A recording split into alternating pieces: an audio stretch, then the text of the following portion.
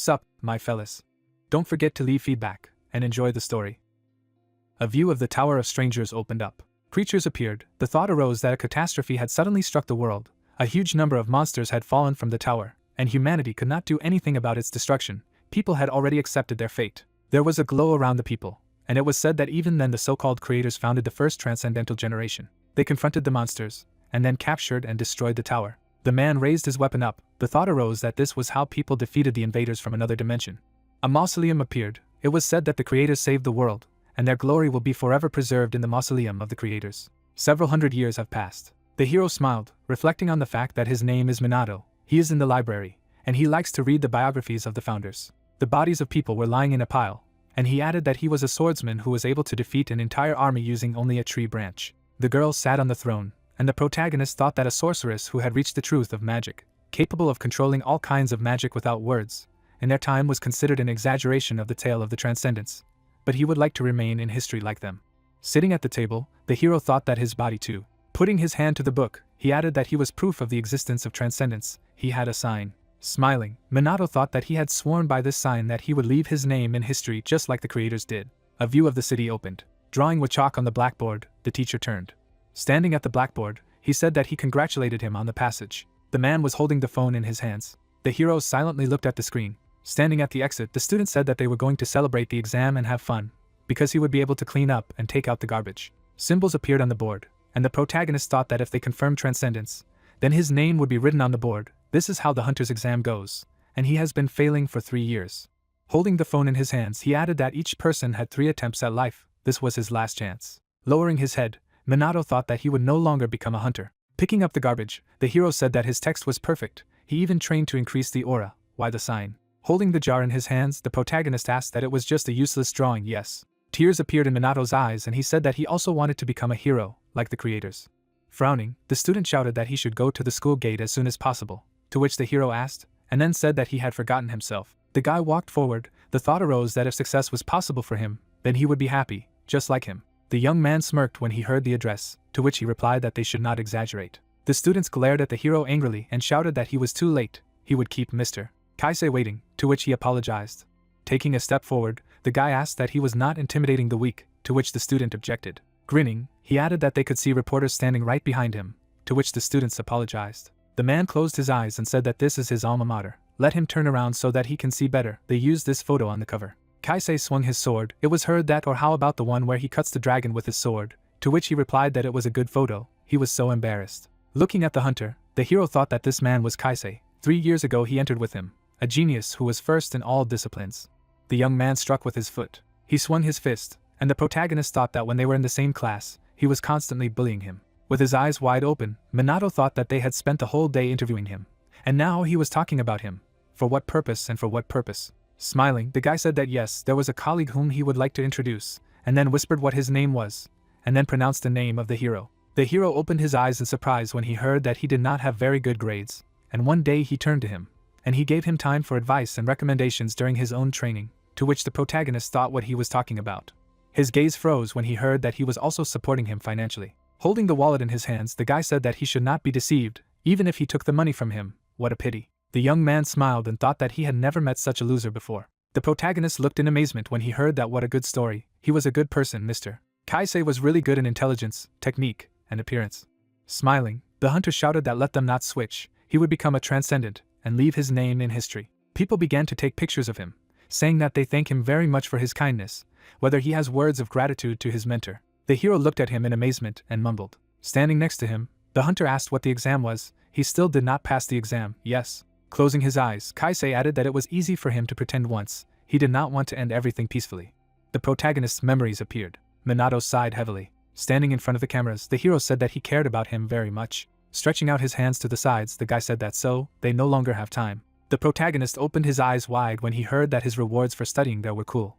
Raising his hand, the man asked what was going on, and what his name was. The guy with the interview had no idea. The protagonist froze upon hearing that no one was interested, to which he thought that no matter what he did, everything was bad. If they had the ability to become a hunter, they would definitely become one. Clenching his fist, he added that they didn't even remember the name. Frowning, Minato said that his name. He shuddered when he heard the address.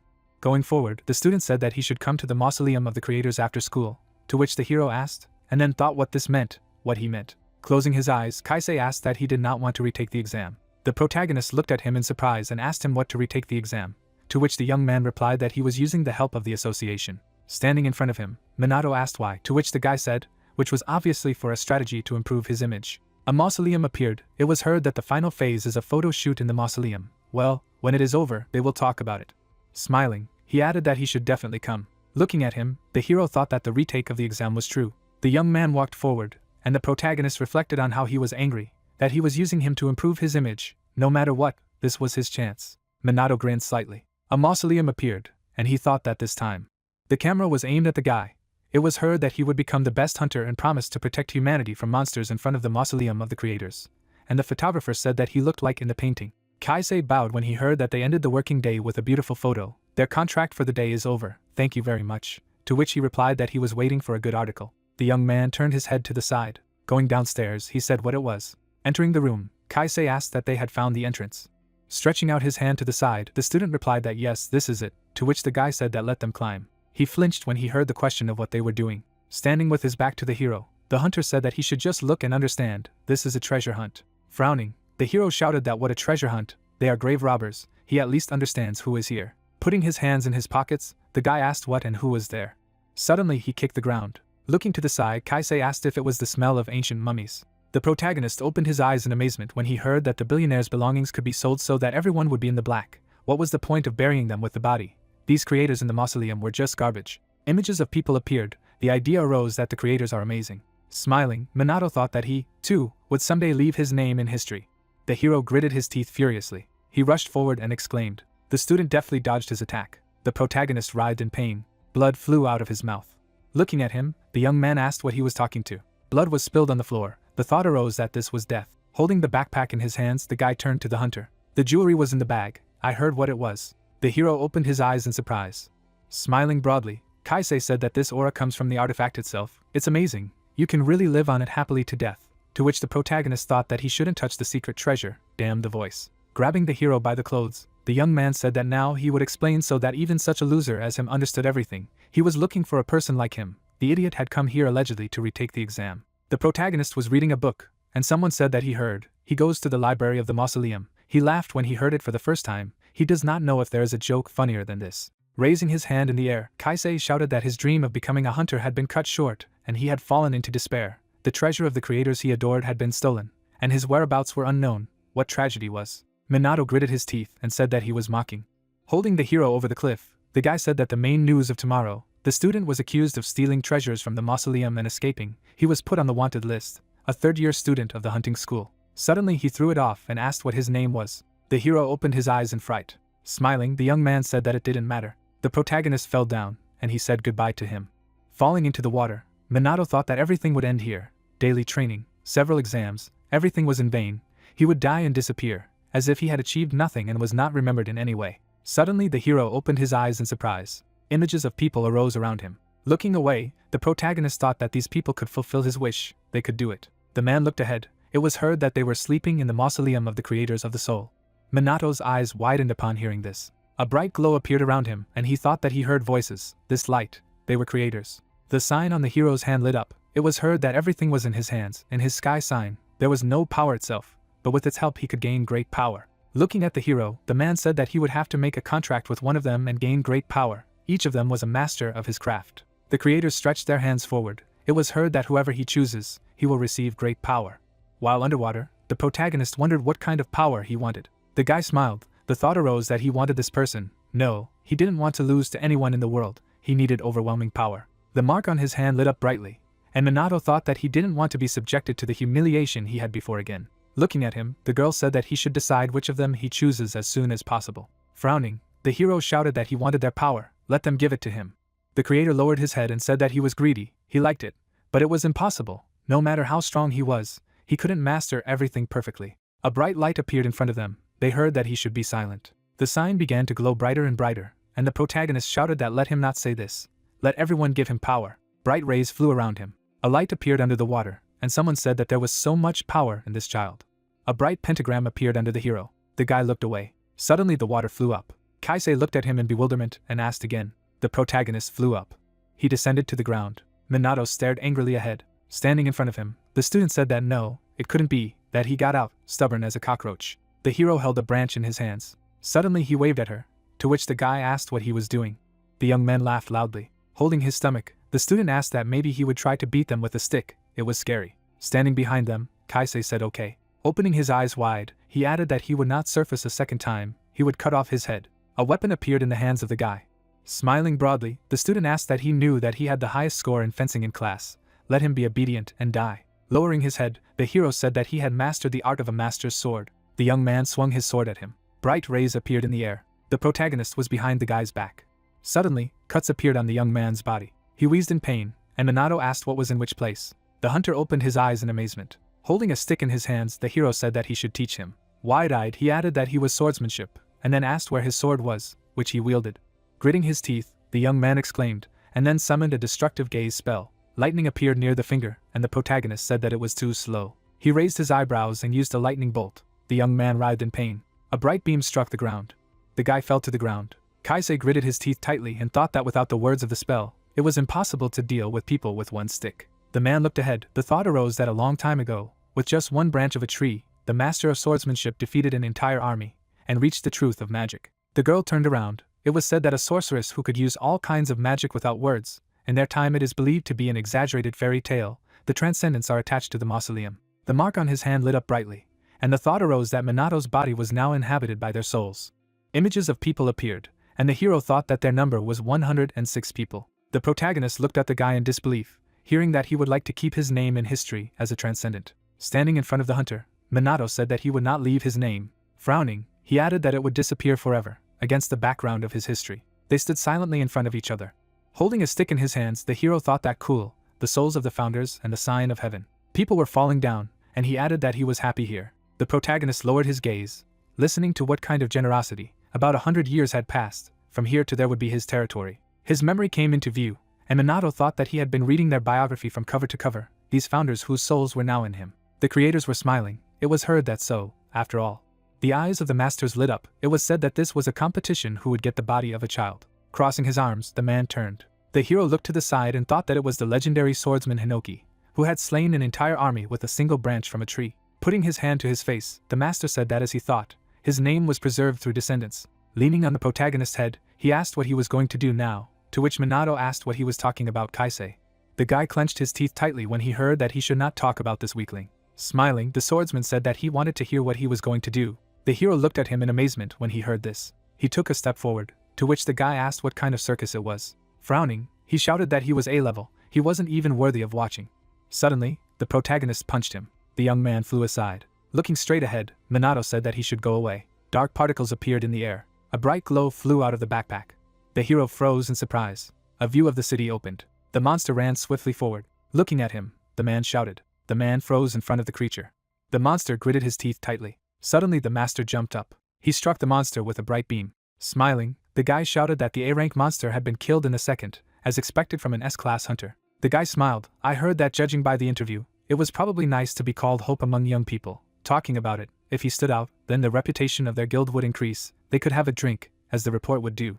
The man looked at the phone in fright. A purple glow appeared. The thought arose that it was a monster. What an aura. The hunter turned around in surprise. Crouching to the ground, the man mumbled. Kisaragi stood still, thinking that the pressure that prevented Class A and B subordinates from standing was an opponent of S rank, or higher.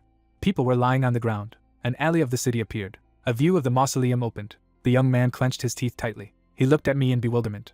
A monster appeared in front of the hero. Looking at him, Kaisei asked how he was, to which the protagonist replied that he had opened the mausoleum. The hunter frowned upon hearing that a monster had been sealed in this mausoleum to protect what was locked. The jewelry was in a bag, and Minato said that they had taken the artifacts. Smiling, the swordsman replied that it was true. Some of the monsters in the tower had escaped death by keeping their dormant skills. The monster stood still, and he added that it was a void bug. The creature's eyes widened, and its characteristics showed. The guy looked in amazement when he heard that a monster was killing several dozen people. Exudes a poisonous aura. It is an ordinary monster for their time. It seems that for today's youth it is a whole test. Rushing towards the forest, he shouted that he should run if he wanted to live, to which the hero replied that it was better not to move, otherwise the first thing to do.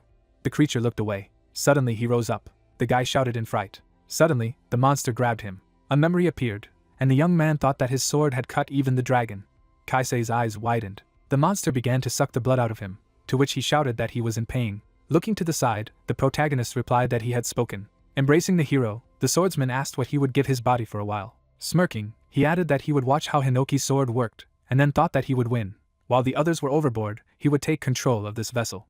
Looking straight ahead, the protagonist replied that he would not give up his body, to which the master replied that he should give it up as soon as possible. Standing behind him, the creators shouted that they wanted to escape, a good possibility, to which Hinoki replied that they should calm down. The craftsman looked at them in surprise when they heard that if they borrowed, then they would all at once. Frowning, Minato said that he would surpass them, for sure. Looking at the monster, he thought that the power he wanted to reach and surpass, he wanted to see it. Let them show it to him. The swordsman looked at him in bewilderment, and asked what he was talking about. The hero took out a weapon. It was heard that he was crazy. The protagonist raised his sword above his head. Frowning, Hinoki shouted that he was going. They swung their weapons sharply. The monster was cut into pieces. Minato looked at the stick. He took a fighting stance. Suddenly the hero struck. The monster's eyes opened in amazement. The hero abruptly grabbed the stick. He held it out in front of him. The protagonist did a somersault on the ground. The hero stretched his hand forward. The creature fell abruptly to the ground. His body flew up. Minato pointed his bow in his direction. Blood began to ooze from the monster. Looking at him, the hero heard a scream of pain. His eyes widened. The protagonist inflicted many blows on him. Minato crouched to the ground. Tentacles rushed towards the hero. His eyes widened. Bright lightning appeared around him. Suddenly the protagonist jumped up. Minato swung his weapon in mid-flight. Looking straight ahead, he used the Hinoki technique. Suddenly, the hero struck at the monster. A bright beam struck the ground. The creature was cut in half. The protagonist smiled broadly. The bird was sitting on a tree. She looked away. Holding the phone in his hands, the guy asked that he had already been defeated. He had to move here when a strong hunter was nearby.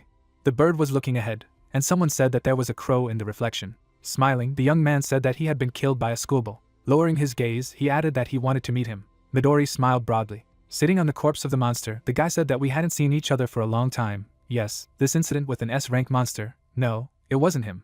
But the one his crows saw. This boy's name is Minato. He had failed the hunter exam 3 times.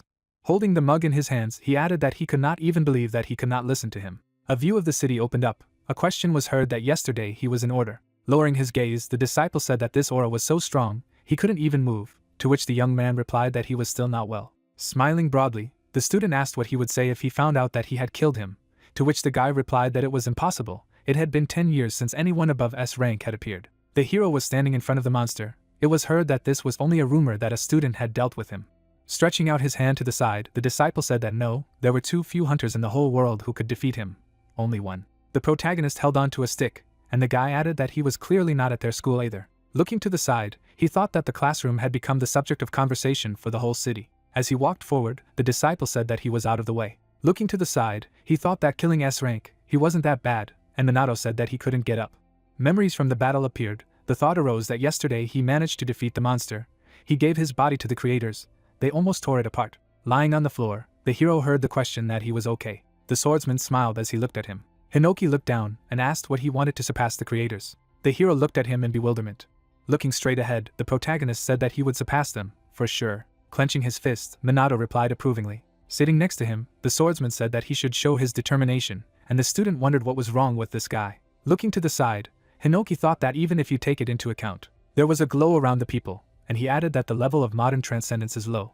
Turning his head, the master thought that ordinary people were so weak. If the tower collapsed again right now, then the world would be over. Suddenly he looked in amazement. A bright glow appeared around the person. Looking at the man, the hero asked what it was, to which the master replied that it was not, and then thought that at that moment, what a strange feeling. Leaving the office, the man shouted that he should go faster, to which the protagonist apologized for the delay.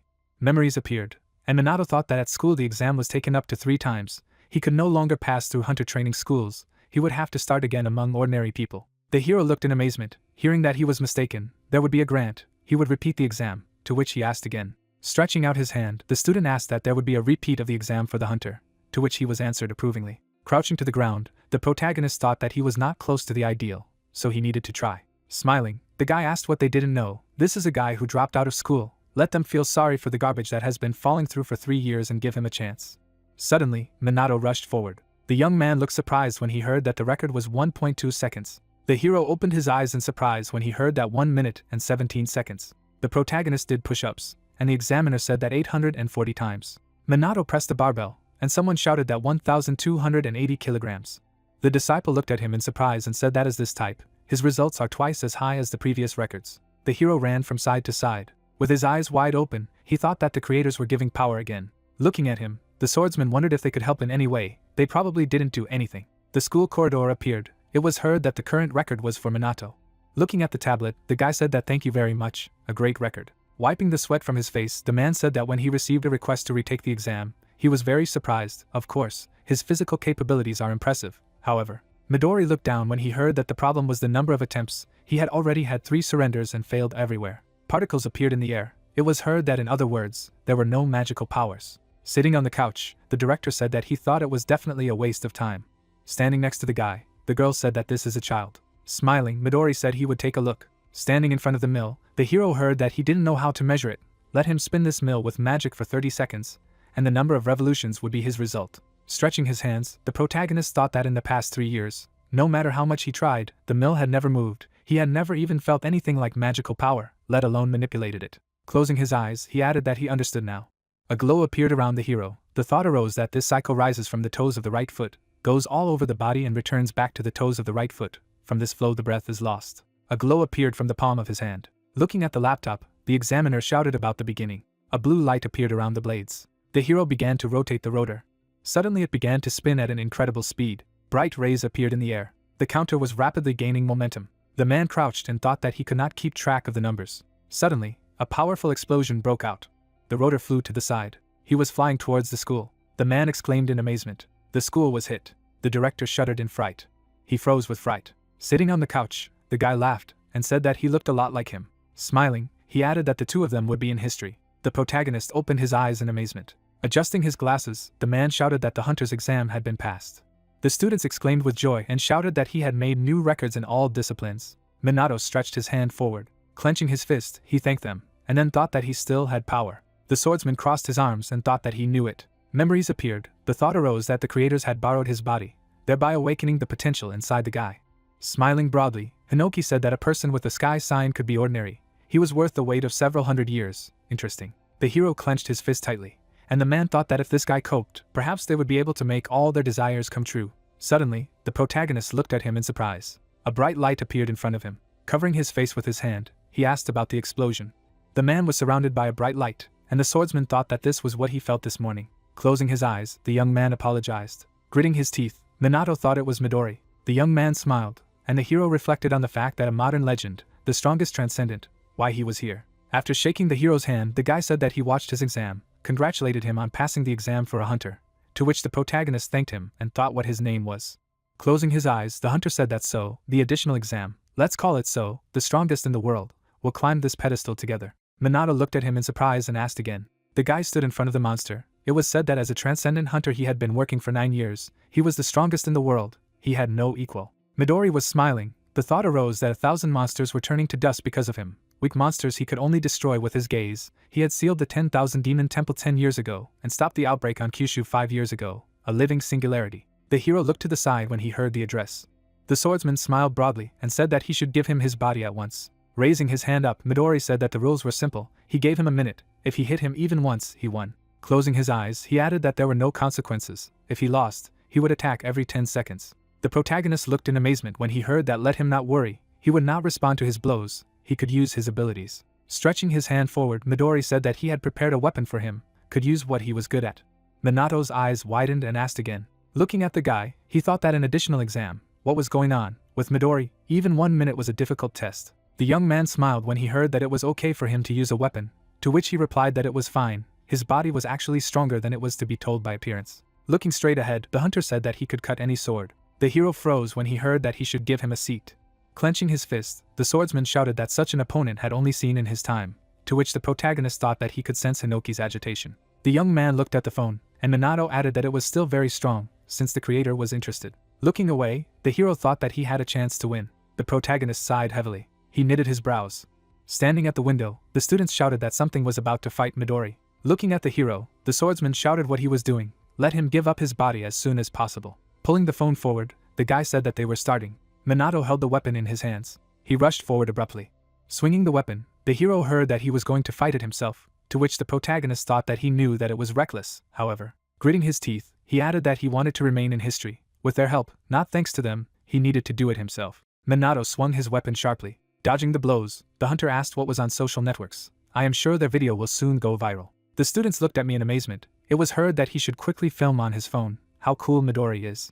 The hero struck a lot of blows. The young man smiled as he looked at him. The protagonist gritted his teeth furiously. It sounded that this could not be. Wide-eyed, the student said that something was wrong. Minato's constant attacks. The hunter dodged the attacks, and he asked how long it would last.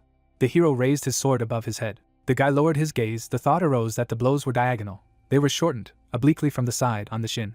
Waving his weapon, the protagonist thought of the trachea. With his eyes wide open, he thought about what was amazing. His body moved easily. No matter what he did, it didn't get tired. Memories appeared, and Minato thought that it was because he had loaned the body to the creators. His body had indeed changed. The guy touched his forehead. He pulled on the crack and said 10 seconds. The hero looked away in amazement. The protagonist dodged his blow. He froze in bewilderment. A slam mark appeared on the ground, and Minato thought what kind of light it was. If it had touched his head, it would have exploded. Midori looked at his hand. Looking straight ahead, he wondered what was strange. He couldn't believe he had made a mistake with the amount of power he was supposed to have. The hero held the weapon in his hands, and the hunter added that he did not feel any threat from it. With his eyes wide open, the protagonist thought that at this rate he would be killed. Frowning, he added that he thought it was time for him to be strong. Minato grabbed the weapon with both hands. The guy opened his eyes in surprise and exclaimed. The hero swung his weapon sharply. The students looked at him in surprise. It was heard that he had sharply increased his speed. The hunter dodged the blows, and the student shouted that he was not even visible on camera. Dodging the blows, Midori thought that he was faster than before. The protagonist looked angrily, and the young man thought that the sword that killed a monster above S-class, the atmosphere had changed. Whether there were any conditions for activating its power, was keeping the trump card a secret. A timer appeared on the phone. Wide-eyed, the young man thought that this time. Dodging the blow, he added that it was as if he had wings. The hunter curled his fingers. Suddenly he struck a blow at the hero. The protagonist flew into the wall. Blood flew out of his mouth. Standing in front of the hunter, Minato thought that it would be amazing, the strongest transcendent in the world, if he had been subjected to this attack yesterday. Smiling broadly, he added that there would be nothing left of him. Cool, he had become stronger. The hero's head began to spin. The thought arose that but with his current powers, he could not pass the Midori test. The protagonist rushed forward, thinking that, but still, he was completely devoted to the fight until the time ran out. Minato ran past the guy. Suddenly he opened his eyes in surprise. Lowering his gaze, the hunter said that he should forgive. He already understood everything. 30 seconds. Midori slapped him in the back. The hero furrowed his brows. Holding the phone in his hands, the guy thought that he could feel his talent, but he wasn't good enough for his buddies. The protagonist struck the monster. The thought arose that the power at that moment, after all, he did not see it. Smiling, the hunter said that they were returning. He expected more. Minato clutched the weapon in his hands. The young man looked at him in surprise when he heard that he was disappointed in him. Smiling broadly, the swordsman said that this imp was too stubborn. He could finally use his body. Standing in front of the hunter, the protagonist turned. Midori looked at him in surprise when he heard that they would have more fun. Minato smiled broadly. The hero looked at his body in amazement. The hunter smiled, looking ahead. Memories appeared. The thought arose that he had felt his presence before, but had been mistaken in his power. A glow appeared around the person. It was said that this is another person. He has new abilities. No matter what, they are huge. He has turned into a monster. Striking a blow, the hero shouted that he should not be distracted. Wide-eyed, Midori thought that his abilities had changed. His speed and strength were incomparable. He was a swordsman. Suddenly he looked away in amazement. The protagonist struck him. The hunter deftly dodged the attack. He froze in surprise. Minato swung his weapon furiously. The young man dodged his blow. The students bounced back from the blow. The guy looked at the phone. The thought was different from their previous fight, in which he could foresee his every blow. He became an experienced swordsman who seemed to know what the opponent should avoid. A waterfall appeared, and the hunter thought that the flow of water, no, it was like a sword formed by a waterfall. Lowering his hand, the young man said that he could indeed defeat the S rank. Waving his hand, he added 40 seconds. Smiling broadly, the hero replied that he would win. Suddenly he struck the ground. The guy looked at me in surprise and said that it was excellent. The students opened their eyes in amazement. It was heard that it was impossible. He did not believe it. Midori defended himself. Holding a weapon in his hands, the protagonist shouted that it was boring. Let him cast aside his doubts and attack. Frowning, he added that he shouldn't pretend to lick his lips if he wasn't going to eat. Suddenly, Minato rushed towards the hunter. Wide-eyed, the young man said that he understood. The fragment bounced to the side. A glow appeared around him. Weapons began to rain down from the air. The hero looked up in surprise. The young man jumped up after the weapon. He smiled as he held the spear in his hands. Looking at him, Minato shouted that he should come over. Looking at the battle, the disciple said that it was cool. People fought in the air. The man gripped the weapon tightly. The guy was holding a spear in his hands. They looked at each other. The swordsman frowned, and a question was heard asking if the cypress was blooming. The girl looked up and said that she wanted to fight this guy face to face, and the old man added that it looked funny. The hero was holding on to the stick, and it was heard that the body of the Transcendent boy they were using was not ready yet. The mage looked up, hearing that he should also join. Let him stop, it's not cool. The protagonist watched the fight. Minato brandished his weapon. Waving his arms, the hero said that he should dodge, to the right, not to the left. Opening his eyes wide, he added that to jump from below, to shift the center of gravity. The weapon broke in half. Gritting his teeth, the protagonist shouted that damn, a stupid blade. Smirking, the hunter wondered what was fine. He wasn't bored. Who else could excite him so much? And Minato thought that the blades had run out. Use firearms. Or. The hunter raised his eyebrows and shouted that there were 10 seconds left. What to do? The hero looked away. He jumped up sharply. The student looked at him in amazement and asked again. The protagonist snatched the weapon from him and said that he was annoying. Midori jumped up. He swung his fist. A crushing explosion thundered. Minato flew rapidly in the air. The young man dodged his blows. Looking at them, the student said that the school was collapsing. The hero jumped up after the hunter. Midori grabbed the rotor. He gripped it tightly in his hands. The protagonist looked at him in fright. The guy swung with the rotor in his hands. His eyes widened. The hunter looked at him in surprise when he heard the name. A blue grid appeared. Minato swung his sword. He used the technique of disintegrating cubes. The master smiled and shouted that it was wonderful. Gritting his teeth, the hero replied that let him bite it. Suddenly he froze in bewilderment.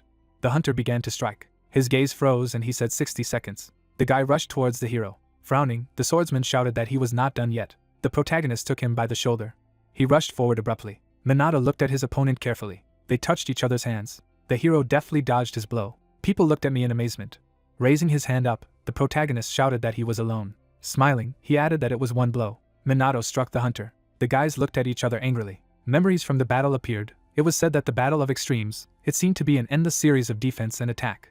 A battle for the only correct answer. A game of Segas between masters in which no one could interfere. Looking at the screen, the swordsman said that it was a type of imp. The hero waved his hand. The thought arose that for a moment, only for a moment, he was also possible. This guy also felt it. The master smiled broadly and thought that an uncharted path had opened up to him. The protagonist struck at the hunter. He opened his eyes in amazement. Midori grabbed his arm. He held his fist in front of his face. Gritting his teeth, Minato thought that damn it, he didn't pass. The hunter grinned slightly. He put his hand to his face. Smiling, the hunter said that he had passed. They suddenly collapsed to the ground. The students watched from the window. It was heard that the battle was over. The young man held the hero in his arms and said that he should return. Closing her eyes, the girl asked what happened, to which he replied that he could not pass by an interesting boy, he needed to heal his arm, to which Rin replied that she understood. The student looked at him in bewilderment and asked what he had won, in what way. The hero opened his eyes wide when he heard that it was cool, this guy was able to punch Midori. Sitting next to him, Rin said that she would heal her arm now, not a difficult job, to which the protagonist apologized. Smiling, she added that she congratulated her on passing the exam. Closing his eyes, Minato thanked her and then asked again. He abruptly stood up and asked why he had hit Midori. Lying next to him, the guy said that it was a pity that he did not remember this. Lowering his head, he added that he had given a little indulgence, surrendered and passed. The hero looked to the side after hearing that a series of central attacks, to which he thought it was Hinoki. The hunter struck a blow, but his last attack was the strongest. Smiling, he said that it was wonderful, let him be proud of himself. The protagonist looked at him in surprise. Sitting on the ground, he apologized. Turning his head, Minato asked what if he had passed, then what now? The girl looked away and asked again. The guy smiled and asked again. The hero looked at him in bewilderment. A destroyed school appeared. A view of a residential building opened. The chicken was fried in batter. Looking to the side, the woman asked how many guests they had. Holding the rag in his hands, the protagonist replied that he did not know, maybe they were alone, to which she asked what it was. Closing her eyes, the mother said that today was a good day, besides passing the exams. It was unbelievable that Midori had noticed it. She took the rice with a spoon. Minato smiled when he heard that she believed he could do it if he tried, to which he replied approvingly. Lowering her gaze, the woman said that but she was not sure that such a famous person could come to their house. Their house was more like a dog kennel. To which the hero shouted that Midori was not that kind of person. Lying on the bed, the protagonist sighed. Holding the business card in his hands, he wondered what he had said then. Lying on the floor, the guy shouted that let him let go, it hurt. Rina frowned when she heard that didn't he say that if he won, he would join them, and the hero said that he doesn't remember. Looking at the disciples, Midori said that there were many people here. Looking at the hero, the hunter asked that they could come to his house today, where he would tell in more detail. Smirking, he added that he would give him a choice whether or not to fight a common enemy. The protagonist looked at him in surprise and thought that he was a common enemy. The creators fought. There was an idea that the founders sealed the tower. The task of the hunters is now to destroy the monsters that crawl out of the interdimensional rifts. Looking straight ahead, Minato wondered what else had happened. Frowning, the swordsman shouted that he should wake up. Looking at him, the hero turned. The creators stood in front of him. He heard why they were all here. Lying on the floor, the protagonist heard that they had just finished the discussion, to which he asked again.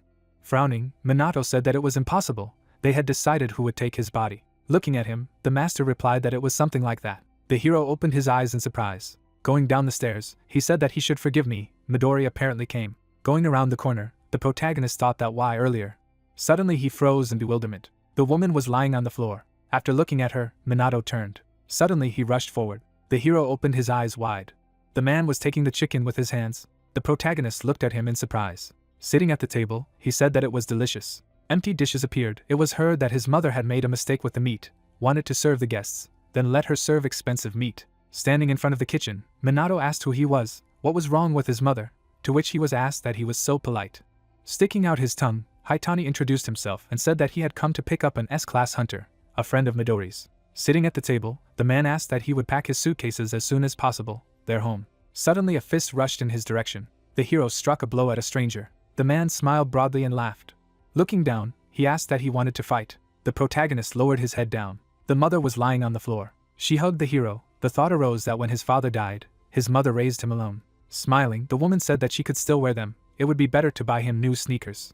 Closing her eyes, she added that well done, that he was also working today. She would cook his beloved tonkatsu. Frowning, Minato said that his mother, what he had done to her, let him answer. Looking at the screen, the swordsman asked that an S-rank opponent was just right. Although he was annoyed that he was copying Midori, this battle would clear things up. Smiling, he asked what would be done to him. A glow appeared around the hero. The protagonist stood in front of a man. Smiling broadly, Haitani said that he was angry. How cute. Suddenly he waved his hand. Minato stared at him silently. The hero grabbed the man's hand. He threw it abruptly to the floor. The old man looked at him in surprise. Memories appeared, and he thought it was his movement. A view of the windows in the house opened. Suddenly, a man flew out of the window. The protagonist was walking towards him. Gritting his teeth, the man asked. Memories from the battle appeared, and Haitani wondered that he had seen the video of the battle with Midori. Wasn't he just wielding an aura and a sword? Taking a step forward, Minato said that as expected, he was stronger than A-rank. Frowning, he added that he should answer the question at once. Looking straight ahead, the hero asked what he had done to his mother. The woman was unconscious. Smiling broadly, the man asked that how could he not know if he could see everything. Sticking out his tongue, he shouted that it was poison. He put her to sleep because she was nervous. Narrowing his eyes, Haitani said that if she was unlucky, there might be some consequences. Standing in front of him, the protagonist said that he did not understand. The man exclaimed in bewilderment. He took a step forward when he heard why he would harm his fellow human beings, to which he asked again. Haitani looked up and laughed. Waving his hand, he said that he was an idiot. The protagonist dodged his attack. As he struck, Haitani said that they were not brothers. Let him not move, he would become his plaything. He seemed so sweet. Since he was holding something valuable to him hostage, he would listen to him. Minato opened his eyes in surprise. The man stepped on his foot. Waving his hand, he asked again.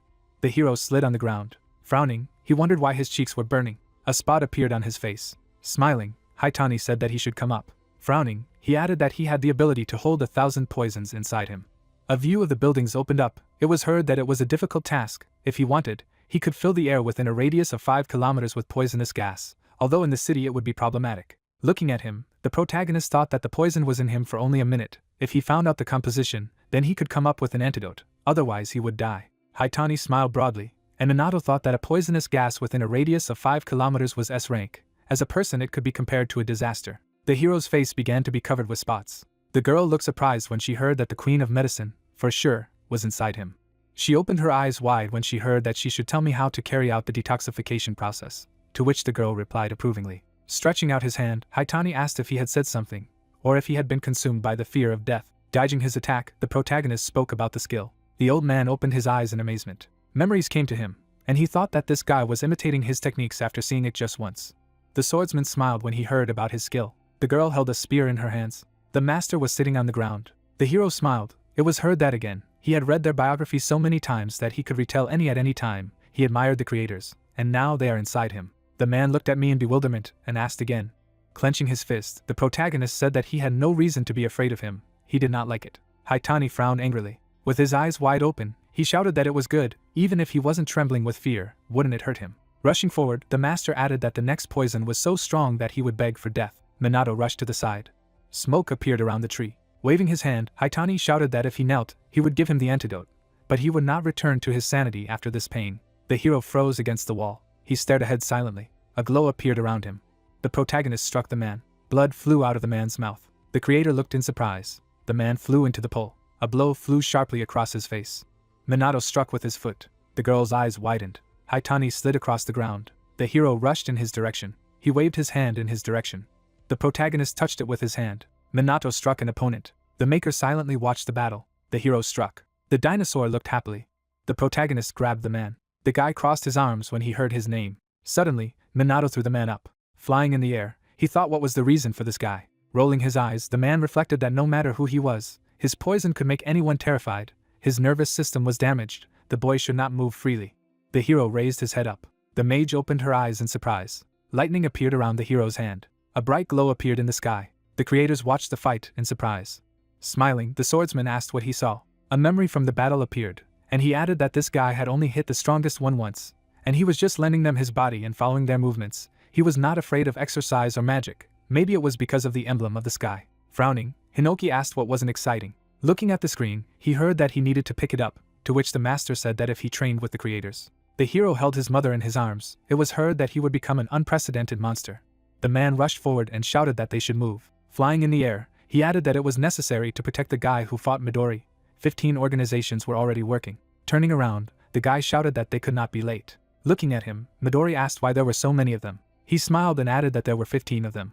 Stretching his hand forward, the young man said that they were the last. The man looked at the glow in amazement. The beam flew across the roof of the building. Holding the phone in his hands, the master turned to Rin. Looking to the side, the girl said that she was there. There were no signs of transcendental people around. Standing on the roof of the building, she objected. Midori looked surprised to hear that it looked like someone had overtaken them. Looking down, Rin said that an S-rank hunter using poisons, he got to him. The man was lying on the roof. It was heard that he was now defeated. He was unconscious. Closing his eyes, the hunter asked. After clapping, he shouted that it was just wonderful. He didn't think that he would deal with it. He would never have thought that he would be able to defeat an S-rank hunter. The hero looked to the side, hearing that everything was fine with him. He was not poisoned, to which he replied approvingly. The woman was lying on the sofa. It was heard that he and his mother were safe. She was unconscious. Crossing his arms, Hinoki asked how safe it was. Without Valentine, they would both have already died, to which Hinoki replied that she was tired. The hero smiled. It was heard that he managed to do it in 5 seconds. Well, there was a man who synthesized a serum from his poison. A video appeared, and Midori said that he should forgive him. He was late. In the afternoon, he saw a video that said that many organizations were targeting him. Stretching his hand forward, the protagonist asked that the fact that this guy was his acquaintance was a lie, to which the guy replied that of course, a lot of people lie on his behalf. Rin closed her eyes upon hearing the question that she was done, to which she replied approvingly. The house appeared. It was heard that she had finished repairing the fence and walls. Turning around, the master said that it was good, and then asked that they would talk again. Minato's eyes widened in surprise when he heard about his future. The birds were sitting on a power line. Standing in front of the hero, the mother asked that everything was fine, he had not forgotten anything, took the wallet, and where was the charger, to which the hero replied that everything was fine, he was ready. They looked at each other. People were sitting at the table. I heard that he was Midori. Closing his eyes, the guy said that yes, he had a very talented son, let him leave him to them. He would like him to become a great hunter. Smiling, the protagonist shouted that it was cool if Midori had chosen him. The woman looked down. Holding the package in her hands, she asked that it was his lunch. He had not yet eaten breakfast. He could throw it away or put it in a container, to which Minato replied approvingly. He looked down silently. Sitting at the table, the mother said that there were many dangers. Looking at her, the master replied approvingly. Closing her eyes, the woman said that this child admires the legendary creators. He has always dreamed of reaching their level. She looked at her son. She heard that it was a great honor to receive such an offer. But as a parent, she was worried. Placing his hands on the table, Midori said that contingencies were a normal part of their job. Nothing could be said for sure. Looking straight ahead, he added that Minato would therefore train to become stronger and more resilient, no worse than the creators themselves. Looking at him, the mother turned. Sitting behind the wheel, the girl asked that he was glad. After all, he had made a promise. Indeed, he did not know what would happen next. The young man looked in the mirror. Raising her finger up, the mother said that he should not sleep with a bare belly. He easily catches a cold, to which the hero replied that he was already an adult, and she added that he should wash colored clothes separately. The hunter's gaze froze and he said that he would keep his promise as much as possible. As he was leaving, the hero said that so, the time had come. Turning around, he added that he was going. His mother looked at him in silence. The protagonist got into the car, and she turned. Smiling, the woman said that she should return for the new year. Minato opened his eyes wide and said that he should definitely wait for him. Mother waved after the car.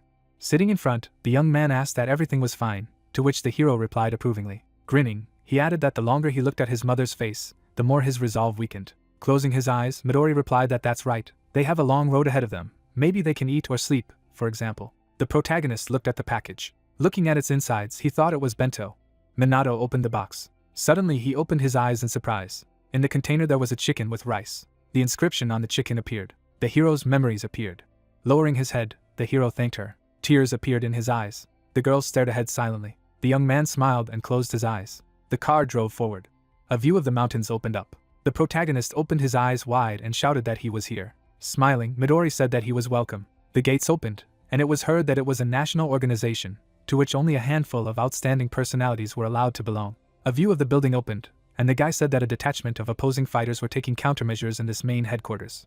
Minato looked at me in surprise and said that countermeasures. A man was standing at the window. Turning around, he said that he should come in. Standing near the table, the guy said that he was new. Closing her eyes, the girl asked what he was saying about the increase in synchronization. The young man smiled and said that he was glad that they would have a new friend. Standing at the window, the man said that he needed to check it first. Frowning, he added that he was really suitable for countermeasures. The hero froze in surprise. A view of the building opened. It was heard that a detachment of opposing fighters from the main department. The protagonist opened his eyes wide and asked what was here. It was the Midori Guild. Looking straight ahead, the girl said that she should forgive me for the late explanation. Minato froze when he heard that they couldn't explain to him in front of his mother because it was a state secret, to which he asked again, and the boy said that he now knew. Standing by the car, Midori said that he could leave the luggage in the dormitory for the time being, to which Rin replied that she would, and the hero added that he would carry it himself. He shuddered when he heard that he should wait.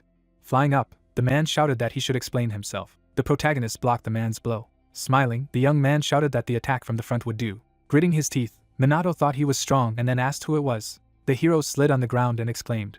Bowing, the guy said that first of all, let him introduce himself. Hitohara smiled and said that he was a member of the resistance and his age, to which the protagonist wondered that he had indeed introduced himself. Placing his hand on his side, Midori asked if he could have tea, to which Rin replied approvingly. Minato struck the guy. Gritting his teeth, he asked what was why. As he struck, Hitohara shouted that he obviously wanted an explanation about resistance, and they were testing his strength. The hero frowned and asked again. The young man jumped up. The protagonist crossed his arms. Hitohara unleashes a kick. With a wink, he said that they would start with the basics of the resistance squad. Minato slid across the ground and thought that he was really going to fight and explain at the same time. Smiling, the young man asked for his name. Frowning, the hero introduced himself. Midori held the cup in his hands. The memories of the protagonist appeared. It was heard that but he had already been checked at school, passed the S rank. Now he is being checked again. Standing next to him, Rin heard that they were checking again, so he thought, to which she replied that there was nothing she could do. Looking at the sparring, the girl said that he had brought a talented person. Jumping up, Hitohara shouted that they would listen to him. It was the job of a hunter. Frowning, the protagonist replied that monsters are still coming out of the crack of the bashi, and they need to be fought. Raising his thumbs up, the guy said that it was true. Sliding along the ground, he added that the classification depends on the destruction of monsters, however. Minato looked in surprise when he heard what about the other disasters. Wide-eyed, he asked what other disasters were. Looking at him, the young man said that yes, there are other catastrophes in the world, for example, an interdimensional rift, which is much worse than just monsters. Monsters were standing around the palace. It was heard that 10 years ago the Manhwa temple. The zombies walked forward, and the guy said that 5 years ago there was an incident in Kyushu. Minato froze in surprise and asked that this was an interdimensional rift. The blow flew in his direction. Kicking him with his foot, the hunter shouted that it was true. The hero gritted his teeth when he heard that this was what they were taught in the guilds, according to society. He looked at him in surprise when he heard that, however. Jumping up, the young man said that in fact. Frowning, he shouted that they were mistaken.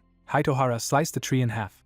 A view of the sky opened up. The protagonist looked at him. Looking to the side, the young man said that they were stopping acts of invasion from another world. Monsters appeared. It sounded like 300 years ago with the Tower of Strangers, so as not to have a huge disaster. Frowning, Minato asked that it was the same as with the tower, that is, the invasion was not stopped.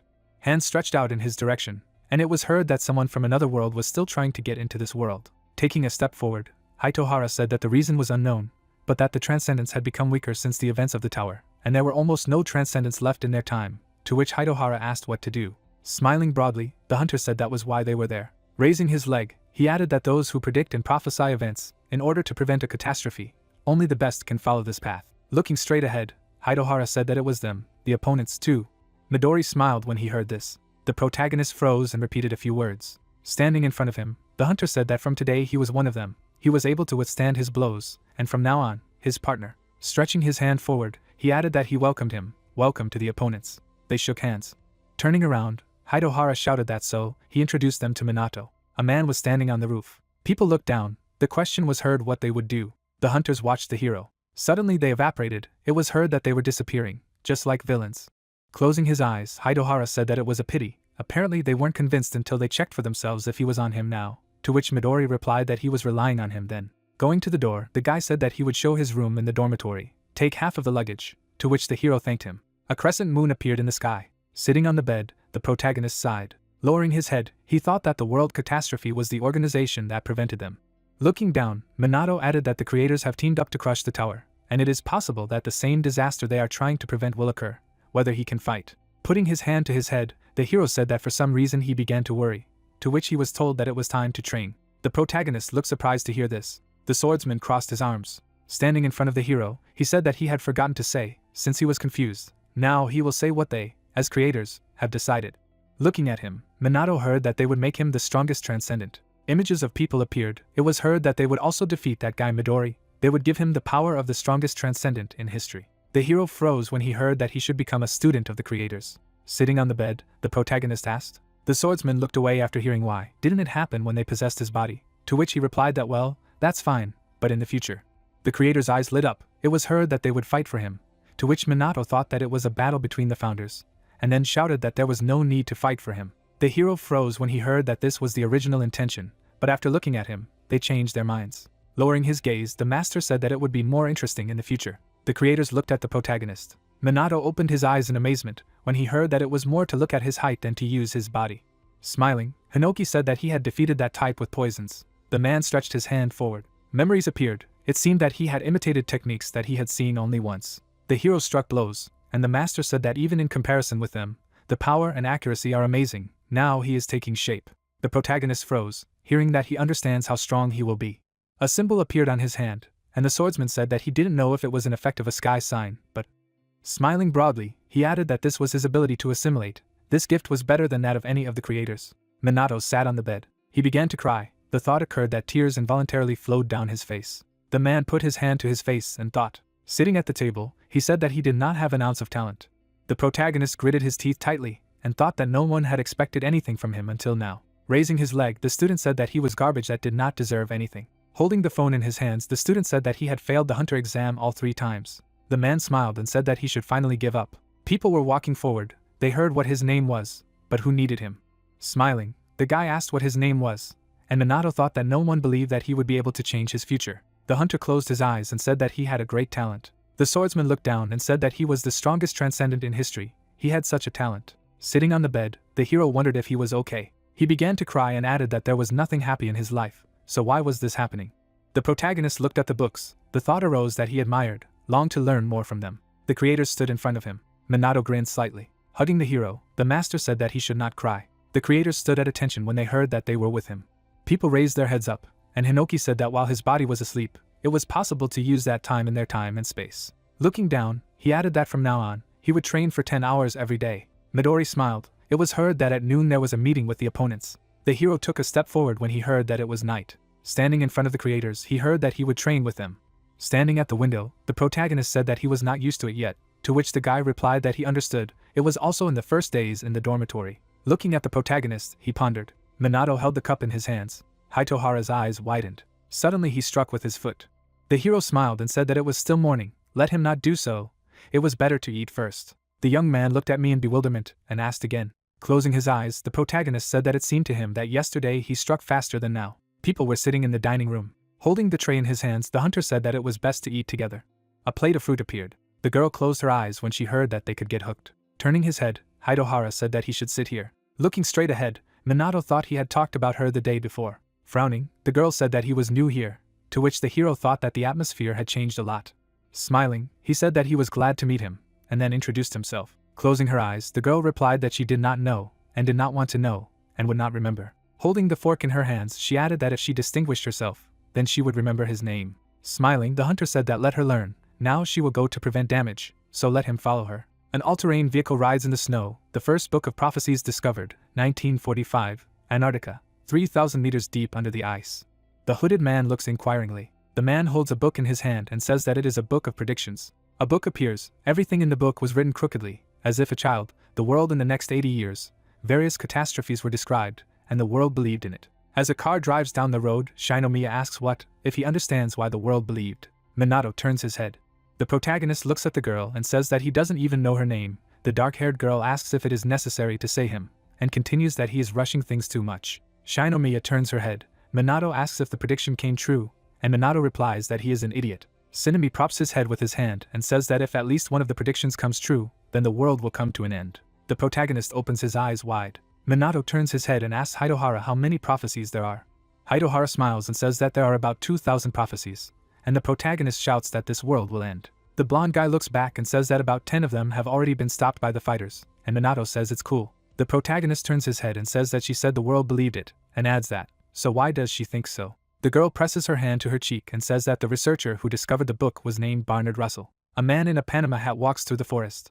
Barnard opens the book, and Minato continues that he turned the first page and started reading. The man looks down. Barnard holds an open book in his hand. He looks at a book and reads information about himself. Signal tapes block the street. The interdimensional fault is medium. A man with a truncheon stretched out his hand forward and shouted that it was necessary to stop. Since passage was prohibited here, it was necessary to go around.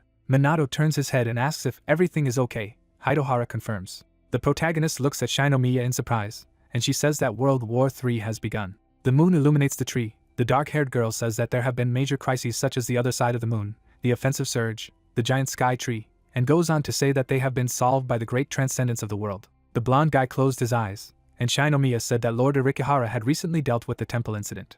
Sheets with the text are scattered on the floor. The girl continues to reason that this is why the Book of Predictions is special, and adds that the book has proven that it contains prophecies for this world. With the sky reflected in the windows of the building, Shinomiya goes on to reveal that in order to deal with her from scratch, a group was created that still exists today. An illustration of the degrees of catastrophe of the world appears. Minato looks at the girl's back and asks what he should do now. Shinomiya replies that he, as a member of their group, should go fight. The man in the jacket looks ahead and says that they are coming. A dark-haired girl lifts the ribbon with her hand, and thinks that these are really ordinary people. Kisaragi spreads her hands to the sides and says that it is dangerous to be here and it is necessary to return. The dark-haired girl says that today is a third-level prophecy, and adds that this rift is of middle rank in Area B. The girl opened her eyes wide and said that according to the psalm, the books of the third degree, the rift is widening. The slit increases in size. Kisaragi turns his head. Wolves run out of the rift. Monsters of rank A and above crawl out. A dark-haired man takes a fighting stance and shouts that the battle is about to begin. Kisaragi punches with his hand. The monster attacks the guy. A dark-haired man beats the wolf and says that it would be okay to be class B or C, and adds that this sign indicates that the boss may be next. Kisaragi looks away. Shinomiya looks forward. A dark-haired man raises his hand and shouts for civilians to step back. Shinomiya throws her hand forward and casts a spell. The girl hits the water with her hand. Shinomiya raises his hand up. The monster attacks the man. Spears pierce the bodies of wolves.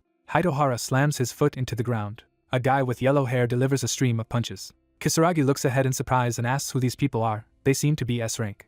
The dark-haired girl covers her mouth with her hand and says that he needs to step back to blend in with the civilians. Kisaragi looks at the guys and says that he understood that it was a sign, and they are state-owned. The paws emerge from the rift. Shinomiya looks ahead and says that these guys are above S rank. The monster slams its mace into the ground. S rank Gillianus.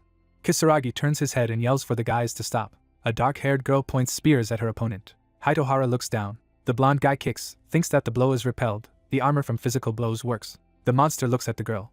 Shinomiya raises her hands. Minato stands up. The main character looks forward. The protagonist throws out his hand towards the monster. Minato holds the opponent's hand with his hand. The monster rests on the guy's hand. Fire illuminates everything around. Shinomiya looks forward. Hitohara opens his mouth wide and shouts that his partner is ahead of him. The yellow-haired guy kicks and muses that even the S-class monster didn't get through, and keeps thinking that what he felt this morning wasn't a misunderstanding. The protagonist looks at his hand, and Hitohara continues to mentally say that in just one night, Minato has changed a lot. Shinomiya looks at the guy's back and says that he shouldn't have done that. The protagonist looks down on the hand and thinks that he can withstand physical attacks, and goes on to say that he can destroy enemies with internal strength. A man in glasses looks ahead. Minato stands in a standing position and thinks that he learned the holy punch yesterday, and goes on to say that he learned the basics for the slip.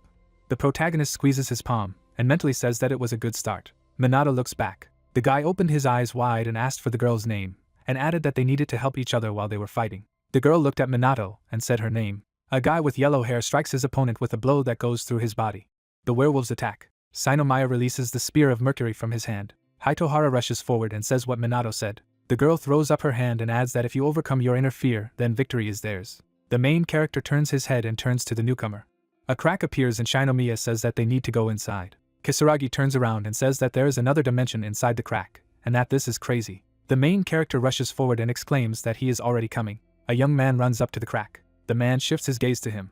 He drops his hands along his body and exclaims, "What the hell?" Minako approaches the guys, and Hidohara mentally asks that this is the same secret organization. The werewolves run in different directions. The girl raises her palm and says that the same creatures are outside. She waves her hand and exclaims that it looks disgusting.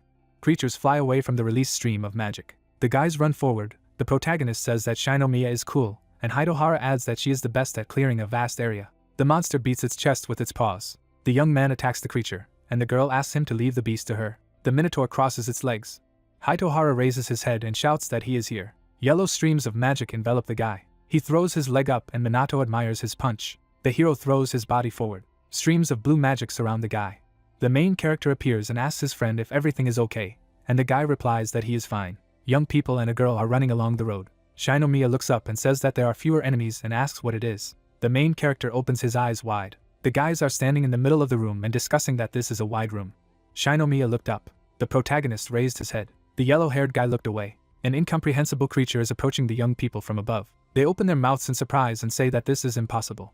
The beast-like monster opens its mouth and pronounces that it is the boss. He lowers his head down. Blind Minotaur, rank S+++. The Minotaur holds a huge axe in his hands, and Minato asks that he is in charge here. Shinomiya releases a fireball from his hand. He envelopes the Minotaur. Blades fly up from the ball. A golden cloud envelopes the entire space. The girl throws out her palm and says that from the very beginning you need to use your strongest attacks against the strongest opponent, and adds that you should avoid stretching the blows. She keeps her eyes fixed on her opponent, and says that she will fight until her spiritual strength is exhausted, and asks that her friends stop her if anything. The yellow-haired guy squats in the rack and yells at the girl that she's all glowing, and adds that she should rely on him. The main character stood up straight and thought that this was an amazing attack. He shifted his gaze and continued that it was a mistake. Hidohara turned to him and asked again. The girl picked up a weapon and told the guy that this was her maximum fire attack. The young man turned his head. The girl turned. The protagonist pulled his head into his shoulders. The Minotaur delivers a devastating blow. A pile of rocks scatters around the boys, and Shinomiya exclaims that he wasn't hurt. The monster moves forward. The children shift their gazes to the side. The clique sits on a chair and thinks it's a talent. The main character turns back and says his name. The metal gilder leans forward and says that the girl has great speed, accuracy, reflexes, and adds that all this at such a young age. Shinomiya raises his hand and says that from the very beginning it is necessary to use his strongest attacks against the strongest opponent, and adds that he has 100 points for fighting unknown enemies, and concludes that a boss of this rank is easy to defeat. The man shifts his gaze to the girl and concludes that otherwise it is a shame, and assumes that she has misjudged his physical resistance. The blind Minotaur lowers its head down. Its physical resistance is 100%. The man adjusts his glasses, and the main character asks him what they should do. The Minotaur deflects Shinomiya's attack. The girl turns around and exclaims that his magic has not diminished, and the boy says that his physical resistance has reached a peak. The main character shifts his gaze to the girl and asks her to lend him her body. The guy raises his hand and declares that he will set an example for the young lady. He directs the spear of Mercury forward. The Minotaur swings his weapon. The girl looks at the protagonist and asks how he used her skill, and Minato tells her why.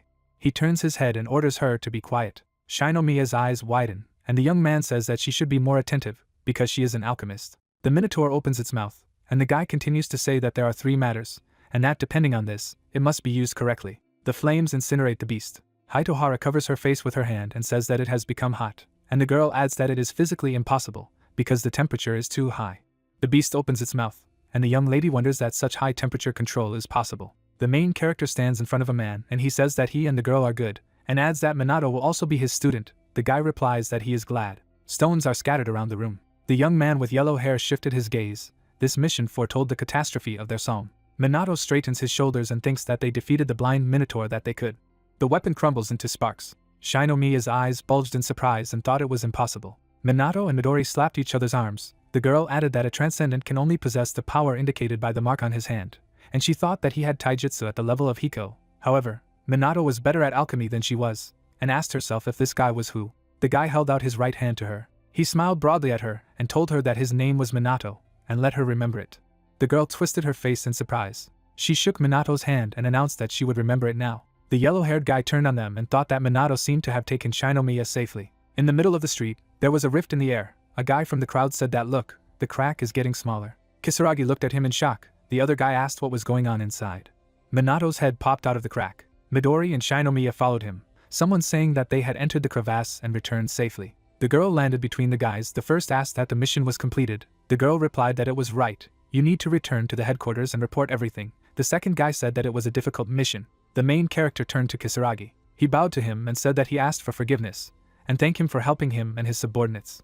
He looked at the guy and added that they had done something inside, although they probably wouldn't say anything. Shinomiya replied that yes, he understood everything himself. The girl waved her fingers and added that by the way, just let them put this mark in their report, and everything would become clear to everyone. A group of teenagers walked away from him. The man said that he understood everything, and that he hoped that the danger had passed. The girl replied that he should not worry, this is a rare case. Minato and Midori walked behind her. She stated that it was unlikely that they would meet again, so let them return to normal life. Kisaragi scratched his head and said that they were indeed ordinary people compared to them. The 11th of May, settlement N of the prefecture of K. The sun was setting behind the mountains. The elderly man was walking, leaning on his cane, under the supervision of a police officer. The sun shone on the mountains. An image of Japanese characters appeared against the background of residential buildings, headquarters of the opposing forces. A group of teenagers got out of the car. Shinomiya said that this was the report. Midori noted that he received a call on his phone. The girl asked that immediately after the mission. Prophecy Laboratory, 3rd level. The girl opened the door to the office. The guy replied that it was from the laboratory. The three of them stared in surprise. At the pulpit stood a man in front of a red-haired guy. The guy sat back and said that the rank 3 mission had taken too long. A red-haired guy was standing near Shinomiya. Minato thought it was the man. Midori stretched out his hand in front of him. The girl explained that Shinji, why is he so cocky? Don't be so arrogant. The guy asked them both to stop. The guy with glasses looked at them, and Shinomiya asked what he wanted. The company took their seats in the office. The guy told them to look at the screen. It was sent to him by analysts. There was a red glowing object on the tile. The girl asked what it was burning. Kurihara lowered his gaze and replied that it was a book of divination. A drop of sweat slid down Minato's cheek. He added that it was burned, was discovered in a volcanic zone and postponed due to the lack of progress in deciphering it. The main character asked that the burnt book of prophecies could no longer be read. The guy adjusted his glasses and added that this time, with the help of the latest technologies using beams and artificial intelligence, it was possible to partially decipher, and the content became clear. All those present in the hall opened their eyes in surprise. Kurihara said that there is a prophecy in which Japan appears. Shinomiya looked down and said that this could be the latest prophecy. Minato looked at Midori and asked if it was rare, who replied that yes, even he had heard of it for the first time. There were windows in the walls. Kurihara added that the research department of the opposing forces was excellent. It collected prophecies from all over the world. Without them they would not know a single prophecy. Shinji looked down and announced that in other words, the 4 of them were being asked to investigate. Midori turned to Minato and said that it was a good idea. Now many participants are out of the game, so he would blow a regular member of the team. The protagonist replied that he did not see Ichihara after that. The guy adjusted his glasses and said that he would like to ask the 4 people present to go to the dormitory, then check their emails for details, and that they should be sent immediately. Minato opened his mouth and eyes in shock and said that immediately the next mission. The girl replied that this is quite a common occurrence. Midori said that he would get used to it. The guy thought that the whole world was at stake. Shinji stood up from the table and said that he understood. He stood in front of Kurihara and added that he and the other 3 were going on an exploratory mission. The car was moving along the track. Minato remembered the professor's words that he had said that the difficulty of the mission was not appreciated, so he had to be careful, and if the prophecy came true, then they were waiting for help. The protagonist looked out the window and thought that an unknown mission whose rank was not revealed, not to be nervous, it was just a small mission. Shinomiya sat between the guys and said that the 3 of them should sleep after the mission, and that there would be a problem if they ran out of steam on the other side. Shinji told her to try to control. They would be fine even if they didn't sleep. The girl shook her head. The main character announced that he would take his word for it. Midori added that he did too. Good night. The trio fell asleep together in the back seat. The girl clutched her head and noted that if she did not sleep, she would never fall asleep. Shinomiya fell on Minato. The girl jumped up abruptly. Someone told her to wake up. She replied that she was awake. The whole squad went outside. She asked why they didn't wake her up. The guy looked somewhere in the distance and told her to look. The girl looked over his shoulder. She stepped forward and asked what it was. The whole group was standing at the cliff. Midori looked down and said that the situation had worsened already. A huge crystal protruded from the ground. He added that no matter what they did, the prophecy would come true. Shinomiya stood next to Shinji and reported that the magic circle, that red pillar, was the result of 23 people's activities and a report. The guy had said that there had been an incident in the past. A huge black hole had swallowed up part of the house. The guy added that an apartment of 30 years ago had disappeared in Wakayama. A 30-year-old prophecy. A hole in another dimension was about to open. The crystal with the skeleton inside began to glow. The yellow-haired guy opened his mouth in surprise and said that the pillar. The girl said that they didn't seem to have time to think. Shinji grabbed the hilt of his sword, and Midori asked what they were doing. The guy put his sword in front of him and announced that of course to prevent a disaster. Kurihara shifted his gaze and told them to wait for help. The girl asked if this meant that they would violate the order of their superiors. Lightning shot out behind them. Minato stood shrouded in blue flames. He looked at the guys and asked what they were coming. The girl looked at him and thought that Minato, him. Midori turned to him and thought that he had become even stronger in half a day. Shinji stood with his back to the protagonist, and said that it looked like he wouldn't be a hindrance. He jumped down sharply and said that he was behind him. The whole company followed him. The girl asked him not to get ahead of her, she would not leave it unattended. The red crystal was glowing. Melee stood next to Hinoki and mentioned that she smelled nostalgic. He replied that she did, and when he was alive, he often inhaled its aroma. In the middle of the field there was a monument. A hand escaped from the ground. Hinoki looked at his girlfriend and said that it was a forbidden technique. There is an image of a burning page of a book, a prophecy of a fiery book, 1,000 moons as crimson as she is, and as if soaring into the heavens, the flames of the sky darken, and flashes rush into the underworld. An image of a painted man with a bowl of red liquid appeared, the Transcendent, the mighty sorcerer Banto Shirjima. An image of an enlarged man from the painting appeared, committed a real massacre, and defeated the same Transcendental as him. Shirjima washed the entire village in blood. Blood flowed from the man to the ground. He was pouring blood out of a barrel and said he didn't have much time. The man with bandages on his head grinned ominously and said that 1,000 years from now, he would be in this world. An image of a demon appeared with a mark on his hand. He added that he would appear as a demon lord who devoured all living things, and show how to rule in this world. An image of a hieroglyph appeared, a forbidden technique of Banto Shirjima. When sacrificed inside the circle, the sorcerer will be resurrected in the same place after a while. A black silhouette hovered in the air against the moon. This mission, the exploration, suspension, of a new prophecy recorded in a fiery book. The man looked down, the level unknown, the boss, Banto Shirjima. He wiggled his fingers and said that he had reborn with the same level of strength and asked if there were enough victims. Banto looked around and added that so much time had passed, the area was outdated. Well. He stuck out his index finger and noted that it seemed that new victims had appeared. The squad fell behind him. He activated a skill, the Ink Curse. An explosion occurred behind him. Minato covered himself with his hands and called out to his comrades. Midori also covered himself with his hands and declared that they were fine. The guy looked up and said that it was from below. The boy and Shinomiya looked down. A red circle of light appeared under their feet. The girl looked back. The witchcraft and death of Midori's faces and her had grown closer. She thought that it was useless. He was using skills one by one. Banto kept his fingers protruding. The girl noted that this opponent was really strong. He looked away. Minato attacked him. The boss began to dodge every attack of the guy instantly. He said that it was not bad, but he was weak. A red circle of light appeared on his feet, the curse of Ing.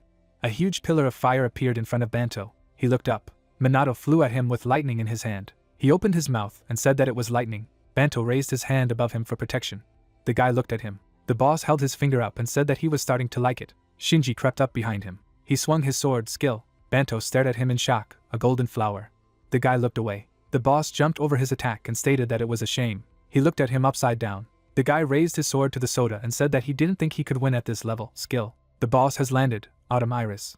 He wore a feathered hat on his head, and he announced that it was raining if his technician could create a clone of Kensen. He raised his hand in front of him and said that swords were not his forte. The guy put his sword in front of him for protection. He and the boss became close. He said that it was wonderful, just unbelievable. He was the strongest among them. Minato looked at them in shock and thought that he didn't understand this guy's strength. A boy with yellow hair was standing on the grass. The guy with a sword in his hand stretched out his hand to the boy. The main character noted that he was completely different from the previous opponents. From Ichihara he felt something related. What to do? The guy turned to someone's voice that called out to him. Shinomiya and Midori floated in the air. They rushed to attack. The girl said no, let him not do it, he would be stunned. The boss held out his hand behind him and asked him not to be distracted. Between him and the running rebis, 3 circles of different colors appeared on the ground. Images of cattle skulls, Shikigami, and Byuoni, Mukuro appeared. The yellow-haired guy attacked with his foot. He looked down. 2 monsters were standing in front of them. The guy thought that these creatures, both of them. An image of a humanoid creature with the head of a bull appeared. The guy added that it was like a minotaur. A green monster appeared in front of Minato. He clenched his hand into a fist. The guy looked at him decisively. The boss attacked Shinji with many punches and said that it was a pity that help would not come to them. The guy asked him again. He launched a successful attack on the boss. He held a sword in front of him and said that he did not need help. The red-haired guy pointed his finger and stated that he was the resurrected Shinji. The guy grabbed the hilt of his sword with his hand and announced that one would be enough. He looked at Banto and said that in this world, you can only rely on yourself. The boss put his hand on his chest and said that it was true. He opened his mouth wide and added that he didn't need the others. That's why he would eat the one named after him. Shinji was standing right in front of him with a sword. He was repelling the boss's attacks with his sword and thought that it was too fast. He looked at the boss. Minato shouted his name. The protagonist ran towards him. He held out his hand in front of him. The boss turned to him and thought what he was doing here, where the ghosts were. Midori and Shinomiya fought monsters. Only his legs remained standing from the green monster. Minato's fist flew into Banto's face. The boss flew a few meters. Shinji looked at him and said that this guy replied that he couldn't do it alone. The boss licked his lips. The protagonist stood in front of Shinji and explained that they would win if they joined forces. The boss was standing away from the guys. Minato said that he could not win alone. Shinji looked at him. Midori attacked the red monster, the red-haired guy noting that even Midori and Shinomiya couldn't handle their opponents. Shinomiya flew at his opponent from above. The guy added that considering this, how did he do it? The protagonist put out his hand to attack and said that he needed to defeat him by joining forces. Shinji took a fighting stance with a mesa and said that it was not necessary. He furrowed his brows and added that he didn't need any help and would do it alone. The guy looked at him in shock. Bando flew up to the guys. He drank his hands in front of him and said that he too wanted to enjoy them one at a time. Sorcery. Shinji instantly jumped away from his attack. A huge pillar of fire flew out of the boss's hands, a fiery flash. Minato flew far away from the scene of the battle. Bando swung his hand for the next attack. The red-haired guy stopped the attack with his sword. Minato, who was flying from the impact, left a mark on the ground. He sat exhausted, leaning against a stump. He raised his head slightly. Two people were standing in front of him. Melees and Hinoki were standing in front of him. The guy said that he had passed out, so they called him here. The main character grabbed his forearm. He stood up to his full height and said that he had to go. The guy looked at them in shock. Hinoki replied that he should stop fighting. His eyes widened in surprise. The boss repelled Shinji's attack. He has made many attacks on him and said that he has the same style of thinking as him. The guy looked at him menacingly. His sword glowed with red fire. He noted that he would be able to tear it apart with his skills. He said that yes, others are not needed. The boss opened his mouth and announced that therefore, he would eat it all. The guy Anons hits the Bando. He looked at him. A sword slipped from his hand. The guy attacked the boss. The boss threw back his head and shouted that it was okay, let him amuse him more. The guy held his blade in both hands. Behind Minato were Melees and Hinoki, who said that he could see Shinji stronger than Shinomiya and Midori, and there was a big difference with the sorcerers. The guy blocked the boss's attack. The protagonist looked at him in shock, with Hinoki adding that this level was still too hard for him. Melees looked at the battle and added that he had performed a technique to resurrect after death and recuperate from human casualties, and asked if there was an entire city near him. Bando held out his hands in front of him. The girl stated that the enemy had shown himself to be the king of demons. A drop of sweat dripped down Minato's cheek. She added that if it became stronger, then a significant blow would be dealt to the civilian population. A fire book was burning on the tile. Hinoki said that the rank of the Proshev was unknown. This guy was able to hit him by pure chance. Two spirits hovered over the protagonist. One of them announced that this time he would defeat him, and it was necessary for him to give the body to one of them. The guy resolutely shouted no. Hinoki looked at him in shock. Melees's eyes widened in surprise. A blue mark burned on the guy's hand. He told them to forgive, but now everything is for real, and not training. The man stuck out his tongue. A candy was held in the man's hands. The guy added that in the future, he did not believe that the troubles would pass when he gained strength. The guy looked at the fight with enthusiasm, and asked what was right. Melees looked at him, and said that he was. Hinoki closed his eyes and said that this guy was surprising again. The blue-haired guy stood in front of Hinoki and said that against the background of them, he would surpass them. Who said that for sure, Minato, he should surpass the creators. He put his hand on his shoulder, and said that it was all right. The ghost stood behind the guy and told him to show the result of the training, and did something with him. The guy walked away from them. He turned to them. He raised his hand and told them to look at him, Guru. He rushed into the battle to help. Hinoki and Melees watched him. Bando has made a huge number of attacks on Shinji, and asked if there was a catch. The guy stopped the blow with his blade. He flew high up. A sphere appeared in the hands of the boss. He said that this was the end. Shinji's sword slipped out of his hands. The blade spins on top of it. Minato grabbed it. The red-haired guy opened his mouth in surprise. Minato put his hand on his shoulder and stated that he would borrow his sword. The guy narrowed his eyes. He would fall down and say it was a rookie. Shinji landed on both feet. In front of the boss, the sphere from his hands swelled. A huge pillar of fire flew out of his hands, a fiery flash. The guy swung his sword from behind, Hinoki Toryu. A trail from his attack remained in front of the guy's face. His magic attack pierced through the boss's attack, the storm rip. The mark of the blows stretched over the entire field. Bando's arm flew upwards. He thought that why, this technique. The guy was flying in the air. He added who this guy was. Minato looked at the boss and said that he was Minato, a person who would surpass the creators. Melees stood next to Hinoki and asked if he thought the guy could defeat this sorcerer. The guy with the sword flew at the boss. The spirit replied that now, they could only watch. He was standing in the middle of the forest. The trio of fighters slept in the back seats of the car. Hinoki thought that Minato would not be stupid, and he picked up something while he was sleeping in the car. The creator smiled broadly and added that it was something else. The guy swung his sword. Shinji watched the fight between Minato and the boss. Minto attacked Bando with lightning speed. He looked at his hand and asked who this guy was. The guy stood in front of Shinji and said that he had to unite to defeat him. He raised his sword in front of him and said that he was fighting alone. He pursed his lip. Shinji furrowed his brows. Minato struck with his sword. Bando's attacks rained down on him. He stretched out his hand in front of him with protruding fingers, a skill, forbidden fruits. The guy instantly jumped away from the attack. The attacks aimed at the guy's back. He jumped up and thought that he would chase him until he hit him. The guy landed in front of the shells. He jumped up. The black guy with glasses looked up. He took a fighting stance. The guy got into the same stance, shaking. In front of him, a stone shield rose from the ground. The boss's entire attack hit the stone barrage. Bando raised his hand in front of him and noted that this child had climbed a rock. The guy turned his head back. Stones from his skill were flying in front of him. A series of explosions occurred in the sky. The boss's eyes bulged at Minato's attack. The guy got into a fighting pose. A black girl jumped in front of him. The guy began to jump on the stones. The method of movement, mirror reflection. He was behind Bando. He turned to the guy. The guy struck a slashing blow with his sword. A deep cut appeared on the boss's cheek. He asked who he was. Bando repelled the protagonist's attack. A huge luminous hieroglyph, the curse of Een, appeared on the ground. Stones flew into the air. The guy hid himself from them with his hands. Minato pushed off the rock and thought that the main thing was not to miss it. An image of all the creators appeared. The guy added that you need to use all the skills that he managed to learn. The guy fell right on top of the boss. He raised his head up. Blood gushed from the wound on his arm. Minato's magic attack pierced the boss's attack. The guy struck the boss. The protagonist opened his mouth. The main character pushed off the stone. Banto noted that fencing, taijutsu, magic, movement, the skill level of those guys is high enough, but not enough to defeat him. But this kid. The boss opened his eyes in surprise. He added that such a technique, and how many of them he had. Hinoki opened his mouth in surprise. Melees noted that even for a high-level monster, this was too much. The guy looked at the boss out of the corner of his eye, who noted that his speed continued to increase. Melees looked at him and thought that it would. The boss was standing in the middle of the field and thought he was interesting, but he turned his head back and activated the forbidden jutsu. A magical pillar of fire appeared on the battlefield. The creators raised their heads up. Shinomiya looked up in shock. The girl instantly bounced off the boss's attack. She lifted her head up and asked what it was. In front of Minato was a huge skeleton, a fusion of bones. There was a boss on his head. He said that he liked this child. He looked at the protagonist and added that this alone was not enough. The monster's hand rushed towards the guy. Hinoko and Melees looked at him. The guy told him to run. The main character stood calmly in the middle of the battlefield. He lowered his eyes and thought that if he were to run to the fullest, he would not be able to overcome him.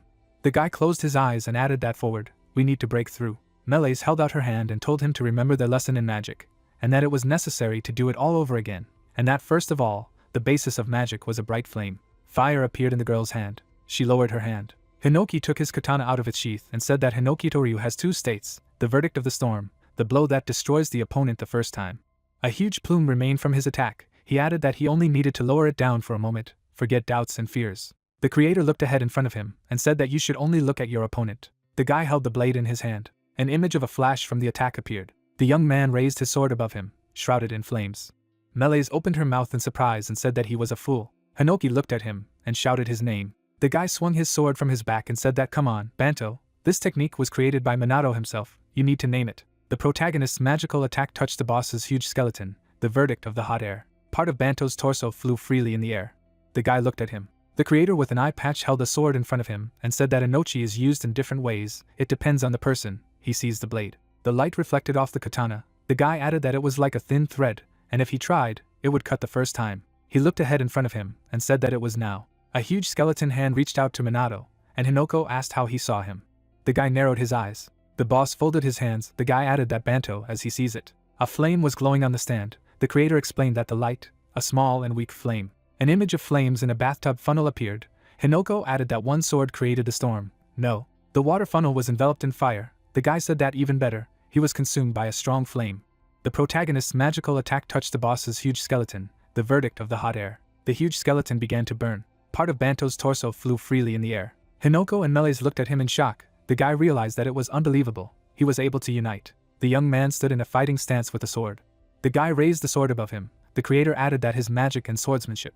Click jumped up from his chair and said that it was understandable, interesting. Glasses sat on his nose. He added that this was recklessness. The guy began to jump on the stones. He dealt a devastating blow to Banto. Minato fell down with a zipper in his hand. The guy with gray hair remarked that he could switch to all kinds of vehicles. The protagonist's magical attack hit the boss's huge skeleton. Hinoki turned back and thought he was weird. He looked at the girl standing next to him, who said that if the alchemist was right, then they had underestimated Minato. The girl looked ahead in front of her and asked if he could pull it. Hinoki looked up and assured her that everything would be fine, and that she didn't want to see it. The main character stood in a fighting stance with a sword. He added that he would come to an end at the hands of Minato. The guy closed his eyes slightly. He slumped his shoulders in exhaustion. The boss's blood boiled on the ground. Banto's restored body crawled out of it. The guy looked at him. The boss stood up to his full height and noted that he was not dangerous now. Hit him on the head. But he would die the same one, and that for the first time he was breaking out in a cold sweat. He stretched out his hand for a magical attack and said that it was already gone. His head flew away from the body, a mountain chrysanthemum. Blood gushed out at the side of the cut. Banto reported that he was also there. Blood flowed from Shinji's forehead. He caught Minato falling. The boss opened his eyes in surprise. The red-haired guy laid his comrade on the ground. Part of the boss's head fell to the ground. The thin guy was holding his comrade on his lap. Snow was falling from the sky. The guy noted that it was cold. They were sitting under the bridge. He added that they would hold out until morning. Only until morning. Banto looked at his brother and said that they would eat. His brother closed his eyes. The guy's eyes widened at him. A cart drove across the bridge. Banto covered himself with hay leaves and noted that it was cold. The cart was pulled by a bull. People followed him. In the air, parts of the boss's head crumbled to dust. Shinji held Minato on his lap. He pursed his lips. The guy sank completely to the ground. The red-haired guy gritted his teeth and said that he was not alone at all. His eyes widened in surprise. Shinomiya and Midori ran towards him. They ran up to Minato's topic. The girl asked that he was safe, he was alive. The guy replied that there were no threats to life. The girl looked at the guy and said that it was good. Midori looked up and said that the main thing was that everything was fine, but they would rejoice later. The glass dome cracked above their heads. The guy noted that the barrier, what's inside, both support energy, and if they break inside. Shinji took a fighting stance with the sword and said that he would be able to avoid the pressure. At the moment of the explosion, he would stop the blow with everything he had. Midori looked at him. He thought that they were now, no, even if everything was done perfectly, was success possible. Tsunemi held out their hands in front of them. The young man looked at his sword and noted that there was no choice. Bloodied, Minato raised his sword. Shinji turned to him and thought it was a new one. He lay with his eyes closed. An image of the protagonist lying in front of Hinoki appeared, who told him to wake up as soon as possible. The guy opened his mouth slightly. He held out his hand in front of him and shouted for them to look at the guru. The creator raised a sword in front of him and stated that he had seen through it. The glass dome was completely cracked. The entire squad stood in fighting stances. The protagonist announced that Hinoki Toryu, a stream of clouds. The guy pushed off the ground. 3 guys ran to the dome. One told the captain that it was a barrier. Glass shards collapsed on the guys. Suko stopped. Someone said that they were late. Suko replied that they were not. A pillar of light burst out of the dome. Minato continued to hold his sword above him. The 3 guys looked at the pole. Suko stood in front and said that the flash of the sword was as if nothing had happened. He looked at him intently and asked who the hell was this guy. Minato smiled as he held his sword. A plane flew in the sky. Ichihara asked what the newcomers were able to prevent a prophecy of an unknown level. Interesting. Japan. Dryly held the sword in his right hand and stated that the final grade was the 2nd level. He tucked his blade behind his back and added that it could potentially be equivalent to the 1st. Ichihara held his leg and said that it was not bad.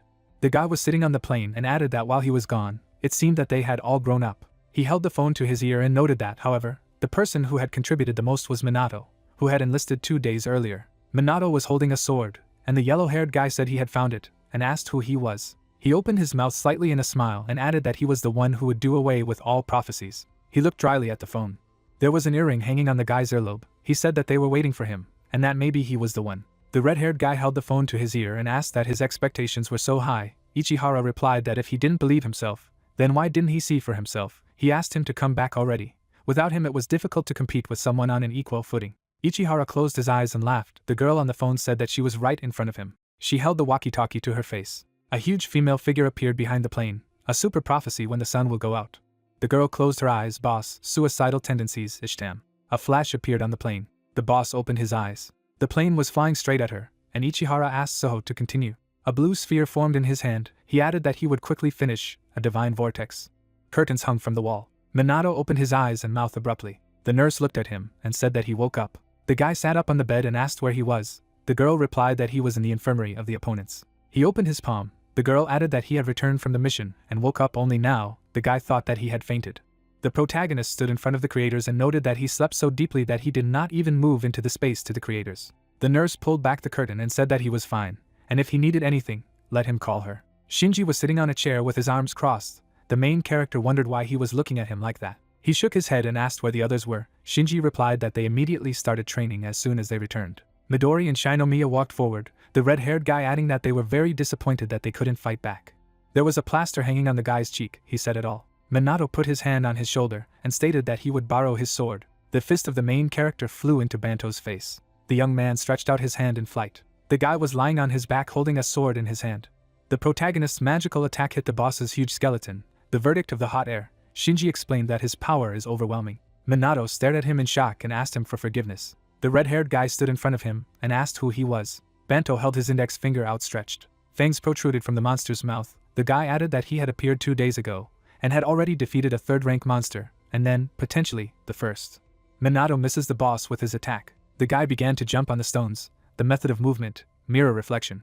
A hero flew at him with lightning in his hand. The guy raised a fiery sword above him. Shinji noted that fusion. He had never seen or heard of such a thing. A drop of sweat slipped down Minato's cheek. The guy asked how he did it.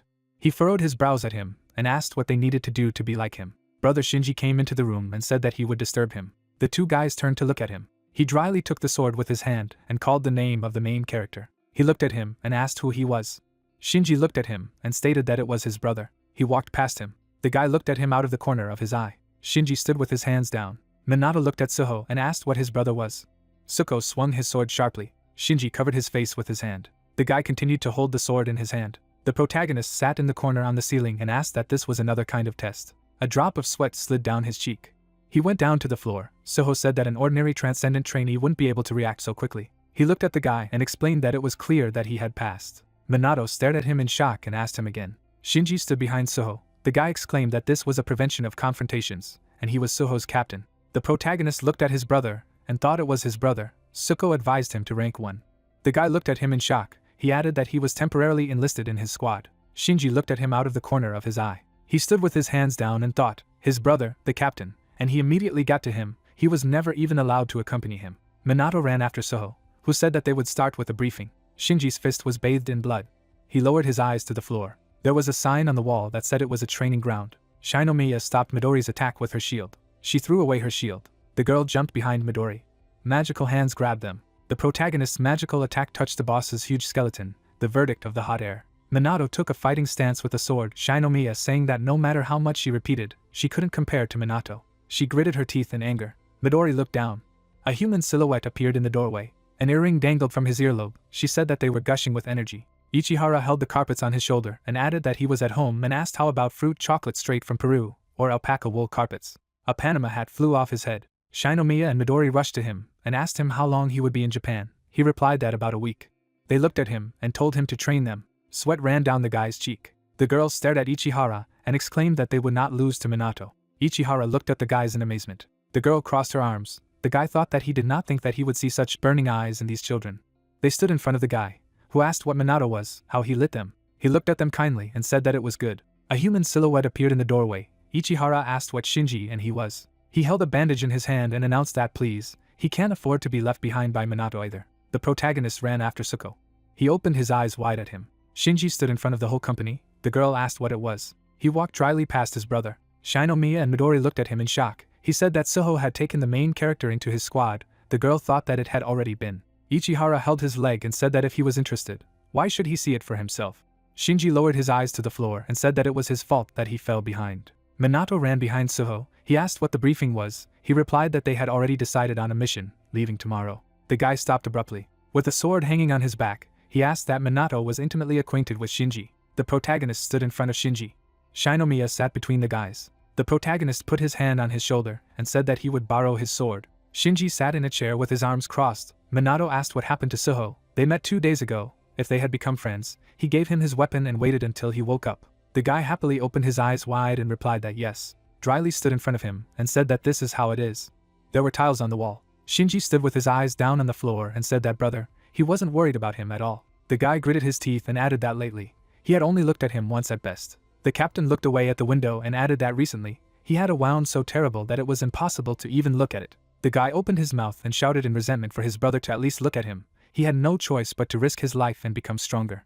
Dryly calmly looked out the window and said that he didn't have to do it, he just wanted to be safe. Minato followed him and asked that they had a good relationship, and he replied that of course. Shinji stood with his hands down and said that Minato should calm down, he would see everything later. Dryly calmly walked forward and said that he was extremely sympathetic to his brother, whom he valued very much. His brother furrowed his brows and said that he would definitely defeat his older brother.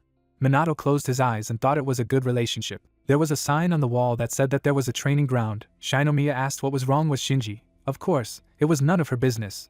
But why did the motivation to become stronger suddenly appear? Midori asked that yes. The girl added that Shinji competes a lot with his brother, thereby showing his talent. And when she asked if he hated him, he yelled at her. Shinji looked at the girl and told her to have respect. Shinomiya held out her hands in front of her and stated that he wanted Suho to pay attention to him. Midori looked at the guy and said that it was understandable, funny. Ichihara looked at him while eating dessert. Midori asked what was funny. Yes. An image of space appeared, the 3 rules of the Suho clan: to be fast, never stop advancing, to get out of a disadvantageous position, the Suho clan. Behind Suko stood 6 people, recognized as the strongest in battle. Among the already existing combat detachments, he consisted of about 7 people. There was a military cargo helicopter flying in the sky. They only deal with prophecies of rank A and above, Kuriyama stated that he was told. He waved his hand and added that about 90% of the squad's forces were in Suko, so sometimes they slacked off.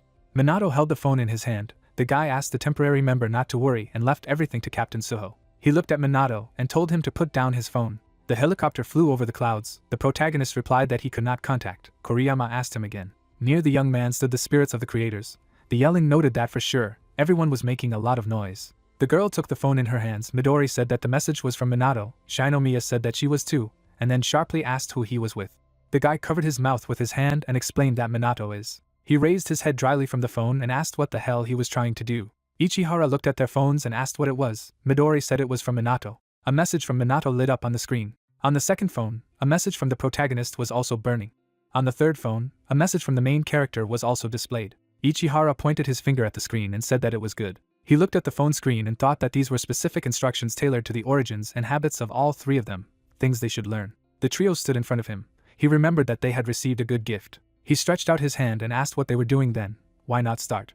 Midori held the phone in his hand and said that they were starting. Shinomiya also said that they were starting. Steam came out of Shinji's mouth. He said he would make him regret it. He would definitely defeat him. The guy asked that he remembered that they were not enemies. He added that Minato should wait for him. The young man closed his eyes. Kuriyama noted that he was remembered. He wiped the helicopter's window. Spikes of ice protruded from the icy hills. In the middle of the frozen valley, there was an icy deer, a first-class prophecy, frozen ground. The calamity was expanding and freezing everything around. It was predicted that the scale would increase exponentially. The earth is covered with ice. If you leave it, in the near future the entire earth will completely freeze. An image of a map of the earth appeared. Someone said that this disaster is observed in 17 points around the world. In some countries outbreaks occurred in cities, which caused panic. Mana leaned his hand on his waist and said that Japan was lucky that it had started in the mountains, and that it was expanding faster than reported, and they had no time to think. Suko stepped forward along the side of the helicopter, and said that the only way to get here was by helicopter. The rear door of the helicopter began to lower. The guy added that they would go down through the hatch. He stood at the exit and explained that he could not stay so long, otherwise there would be damage. Suho looked into the distance and said that the Suho clan, 3 at a time. Minato stood behind the entire squad. The captain added that the first, speed; second, immediately attack; third, compensate for the shortcomings with strength. The young man looked down. The main character, lying on his back, held a sword in his hand. Hinoko held out his sword in front of him. The protagonist repeated his pose, noting that in the battle with Banto, he eventually relied on Hinoko. 2 soldiers jumped out of the helicopter. He added that this was a great opportunity to learn something new from a strong detachment. The guy looked ahead of him and said that this time, he would complete the task on his own. He stepped onto the platform to jump. He jumped after everyone and thought that the first-class prophecy, in this mission, he would fail that he would never forget. 10:17 a.m. Suho and his squad stood in front of the ice spikes. Kuriyama said that how cold it was. Suho's squad had arrived at the place of the prophecy. Mana looked at the watch on her wrist. The guy added that Minato, like Transcendence, they are resistant to temperature changes. The girl added that the temperature was minus 33 degrees, lower than stated. There were ice spikes on the snow-covered hills. The captain explained that the search area was huge, and that most likely the prophecy was at the center of the disaster. He looked away. The protagonist looked at Kuriyama and asked him for forgiveness, and asked that it was in the divination book as frozen ground. An image of the silhouette of a man appeared. He replied that no, this prophecy was made by a person with the skill of counter-prediction, and that such things appear here and there. But this is the first time he has seen the first rank, so since Suko's squad is suitable for the mission, they were sent. Mana looked at Minato and asked what he was worried about. She smiled slightly through her mask and added that it was better to be on the safe side than not to be careful, but let him relax a little. Kuriyama put his hands on his shoulders and told him to relax. There are 8 regular squads in the Japanese confrontation unit. They are assigned to disasters of the first rank. He raised his hand. Mana explained that she had talked about the need to relax. He asked for forgiveness. He looked up and reported that his radar had detected the enemy. Minato looked at him out of the corner of his eye. Kuriyama looked ahead of him and said that there were 200 beings 200 hours away. Mana furrowed her brows and replied that she understood. The guy looked around the snowy hills and thought that they had disappeared. The girl appeared next to the captain and stated that he had returned. Kuriyama at the appointed place. A sword was stuck in the head of the ice monster. She added that the estimated score of the monsters, SS++ level, there are about 30 of them. He looked dryly into the distance, and said that he would gather everyone together. Mana waved her hand and replied that she understood. Suko's squad attacked the ice gargoyle. Minato stared at them in shock and thought it was cool. Kuriyama looked up and reported that his radar had picked up the enemy. Koriyama looked ahead in front of him. A sword was stuck in the head of the ice monster. She added that the supposed assessment of the monsters, SS++ level, there are about 30 of them. The guy thought that in order to cooperate, he needed to understand the situation. There were 200 creatures 200 hours away. Suho's squad attacked the ice gargoyle. The protagonist noted that no matter how accidentally he got to them, these people are first-class warriors. Minato looked at Suho and said that he was. He looked into the distance and said that S++ shouldn't be a problem. He was going to. The guy shrouded himself in an aura and answered in the affirmative. He pierced the ice with his magical attack. The guy turned back. Mana looked at him and asked him to be careful. The ice gargoyle ran past the squad. The girl added that there were other people here. An image of fire appeared. The guy said that the verdict was hot air. The monster turned back. He was struck by Minato's fire attack. Koriyama's eyes widened in shock. A guy was standing behind him. He was holding a sword in his hand. He thought that he had a fiery sword. Mana looked at him. An image of the marks of Suho's sword swings appeared. The captain stood calmly in the middle of the battlefield. He put the sword behind his back and thought that was understandable. Midori was talking about it. In the middle of the icy tundra stood an igloo. Suho's squad was resting in it. Mana asked how Koriyama was. He ate noodles with chopsticks and replied that not very much. The boss was not within a radius of 10 kilometers. The girl took off her mask and said she thought they had no choice but to spend the night here. The main character was sitting by the fire. She asked what was going by the way, where the captain and Minato were. The guy closed his eyes. He held a flaming sword above his head and thought that in the fight with Banto, he had mastered the fusion of skills. An image of two hands with spheres appeared. He added that even opposite skills. The protagonist opened his eyes abruptly and said that he could tie them up. Suko stood behind him and explained that he was busy training and asked what he had distracted him. He replied that he had not, thinking to himself that he had frightened him by silently approaching. A fire was burning in the middle of the snow field. The captain asked that this was his first trip. He replied that it was. He sat down next to the guy and wondered if it was difficult for him. The guy replied that he was in anticipation. Dryly lowered his eyes to the fire and said that he would like to return home as soon as possible. A drop of sweat slipped down the cheek of the main character. He explained that he had an addiction. The guy added that because of tobacco. The captain added that it was a cat. A cat was lying on the bed next to Suho. He put his hands on his face and said that he wanted to breathe in a cat. The guy asked what a drug. He sat dryly with his head down. The guy said that he had an animal in him and asked that he was like a child. He replied that yes, he was the same. The captain sat down closer to him. The guy looked at him and thought that he was very close. He announced that he should look. The cat stared at the phone camera. Minato said he was cute and asked what his name was. The guy took the phone. He replied that it was Mantu. The cat frowned at the camera. The guy asked what was wrong with her. Look at the photos. She missed her so much. The captain replied that not at all. An image appeared with everyday situations with a cat. Suko noted that no matter how much he cleaned, the clothes were constantly in hair, the walls were all scratched, and he was scarred. And she also did not like to be held in his arms, and so on every day. The captain held the phone in his hand and said that she did not open her heart to him. She looked so much like Shinji. The guy thought that he loved cats so much. He looked down and added that someday he might be able to be close to Shinji as well. Minato turned his head on him and said that he was the only child in the family, so he didn't really understand. The guy shook his head. He looked at the captain and noted that just as he did with Mantu, he cared about Shinji. The captain looked at him. He smiled slightly and replied that it was understandable. The young man took the phone and noticed that there was also a video here. How cute. His eyes widened in bewilderment. Someone's hand was playing with a cat. The guy turned to the captain and argued that she was really like a child. He replied that yes, like an angel, and said that it was understandable. If so, then okay. I looked at the guy coldly and asked if he had trained before. Mana came up behind them and told them to come back and go to bed, and to go out early tomorrow. There was snow on the trees. The captain replied that he understood. Someone was walking in the snow in slippers. Tonight, Minato and the rest of Suko's squad don't know. A man in climbing gear ran after him and told him to wait. If he climbed the mountain, he would die. A flashlight was shining on his head. He asked that he was not a person with a Transcendent, and that he was on a mission. He replied that yes, something like a task. The guy was holding a blue book with a golden seal in his hand. He added that this was the place of prophecy, an important mission. He went on, and a Transcendent climbs a mountain. The young man was on his knee with the bowstring drawn. Minato's sleep during the night training. Today is the final lesson, concentration in archery. Margit stood on his chest and said that for 25 hours, he did not know when the target would appear, and for Minato to be more attentive. The meaning of the training was revealed at the end, when the general concentration disappeared from fatigue. Hinoki threw up his hands and asked why melees had replied that they had practiced yesterday without fencing. The guy held the bow taut. Hinoki added that so what? Margit said that the noise shouldn't distract him. He was doing pretty well for the first time. Oji looked at him and said that it was now. Koriyama looked up and said that his radar had picked up the enemy. He looked in front of him. A sword was stuck in the head of the ice monster. She added that the estimated score of the monsters, SS++ level, there are about 30 of them. He dryly tucked the slash behind his back. The guy explained that it was an amazing team, because they participate together on missions. The protagonist held an arrow and said that he had to try. The arrow flew far ahead. It pierced the invisible barrier. The guy looked at her in shock. He lay on his back. Margit announced that he should remember this feeling. And that was all for today. The guy thanked him. Hinoki asked what they were done. He drew his sword and said that until he woke up, he would be with him. Minato stood behind the squad in front of Suho. They were standing on an ice platform. The captain stated that they were continuing. The guy looked at him. He looked into the distance, and said that today they would find and defeat the boss of this prophecy. Ice spikes were sticking out of the ground, frozen ground, the second day of the mission. Koriyama flew in front of Mana and said that 150 meters out of 20 pieces. The girl added that they would strike. Birds were flying in the sky. An image of a bird shone on the screen.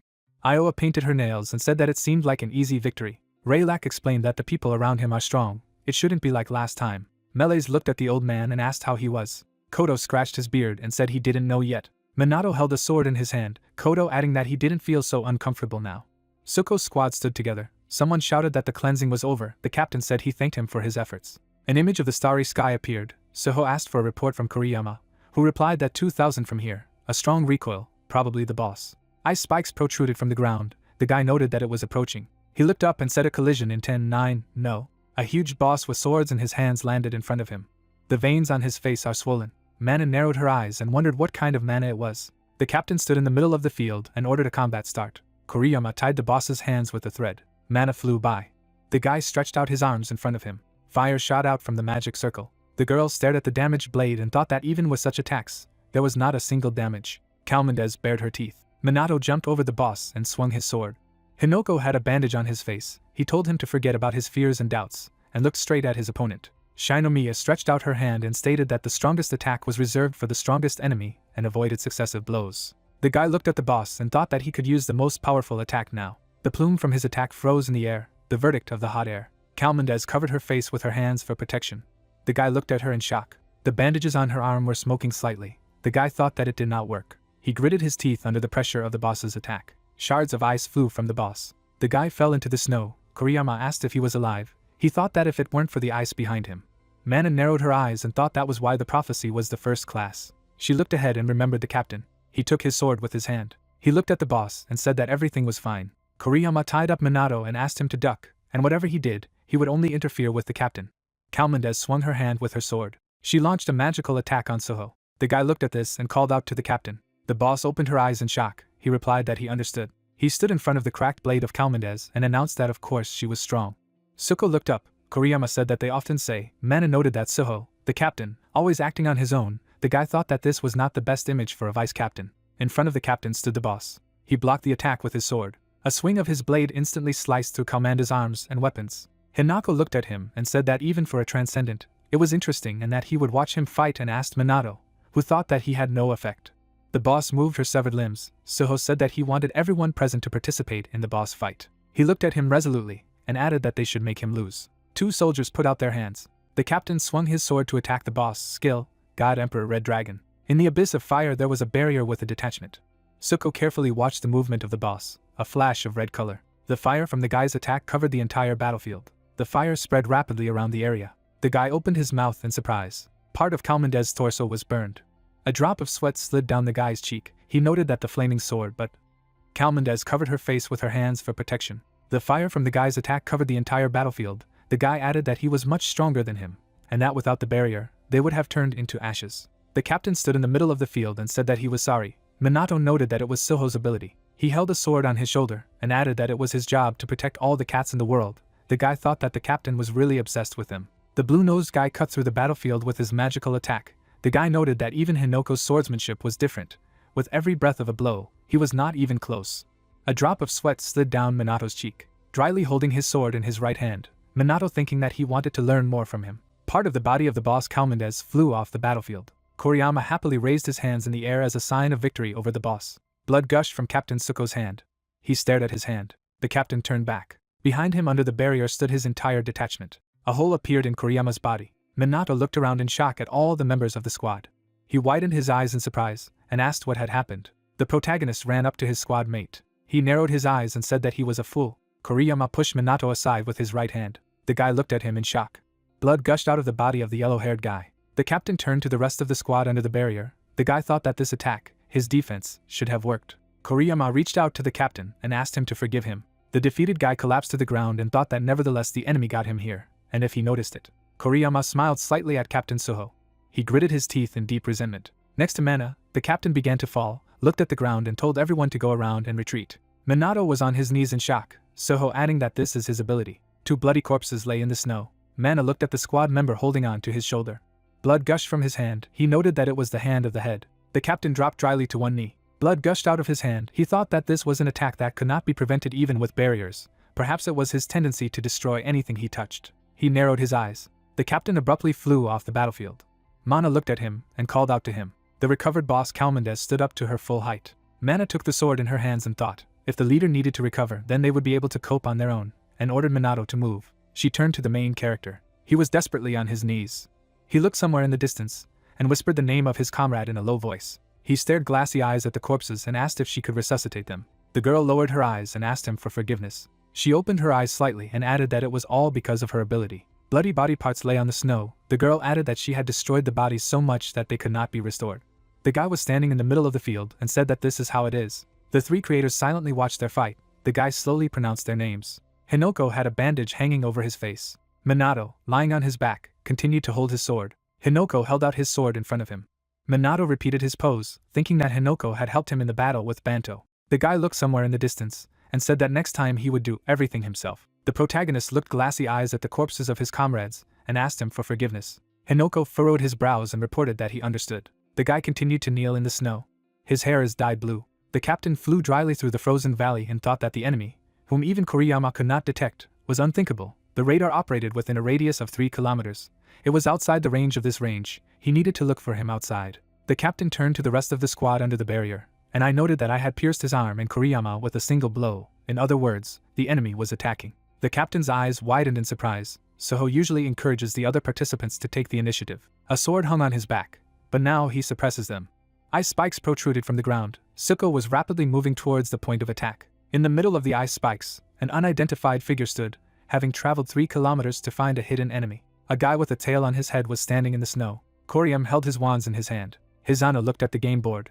Kawas was stroking the cat. Miromi put out his hand for arm wrestling. Captain Suho's eyes widened and thought that their deaths would not be in vain. The captain waved the ball. A red flash. A black sphere appeared in the air. In the crater was number 12. He asked that he had found it, as expected from the strongest Captain Suho. Kapian looked down and thought that he would use the incision with flames. The blonde guy looked up at the captain and said that if he had his left arm now, he would be dead. Darkness. Dryly holding the sword in his right hand, 12th added that he had no other choice. Black spheres appeared in front of him, and he declared that he should die. Dryly swung his right hand with a sword to attack. With a swing of his sword, he lifted the snow in front of him. 12 looked at him in shock. Behind him, Captain Suho appeared with a sword. He attacked him in the neck. He looked dryly at his broken sword. The light-haired guy turned to him and announced that well, just cut off his head. Dryly fell to his knees. 12th added that he was one step closer to defeat. He gritted his teeth dryly in anger. 12 dodged his attack. He kicked him in the body and asked him that it was a waste of time, wasn't it? Blood gushed out of Suko's mouth and said that this is how it is. The blonde guy looked at Suho's sword flying at him in shock. The ice broke from the captain's attack. Captain Suko turned to look at the rest of the party in the barrier. Minato looked at the captain in shock. In the crater from Suko's attack stood the 12th. Black spheres appeared in front of him. He wondered why he had hit him now without erasing it. He was aiming from here and was able to stop the attack. The ability to instantly erase the target is too simple, and inquired that the number of shots is limited. Yes. 12 jumped out of the snow, Suko announcing that he was also tired. He kept his hands in his pocket and said something like that, but not like him. A hole appeared in the captain's body dryly. 12 said that his inferiority would not be restored. And the captain was bleeding. He asked him again about his inferiority. Behind the captain stood his squad. He held a sword in his hands and said that there were 3 rules in the Suho clan. He crouched down abruptly to attack. 12 looked at him in shock and thought that he had jumped his wound. The captain's hand burned dryly. He explained that the 3rd rule is that obstacles recede into the background. He raised his sword in front of him. God Emperor Red Dragon. A black sphere appeared in the air, and 12 asked that he wanted to burn them. He put his hands out and added that he should try darkness.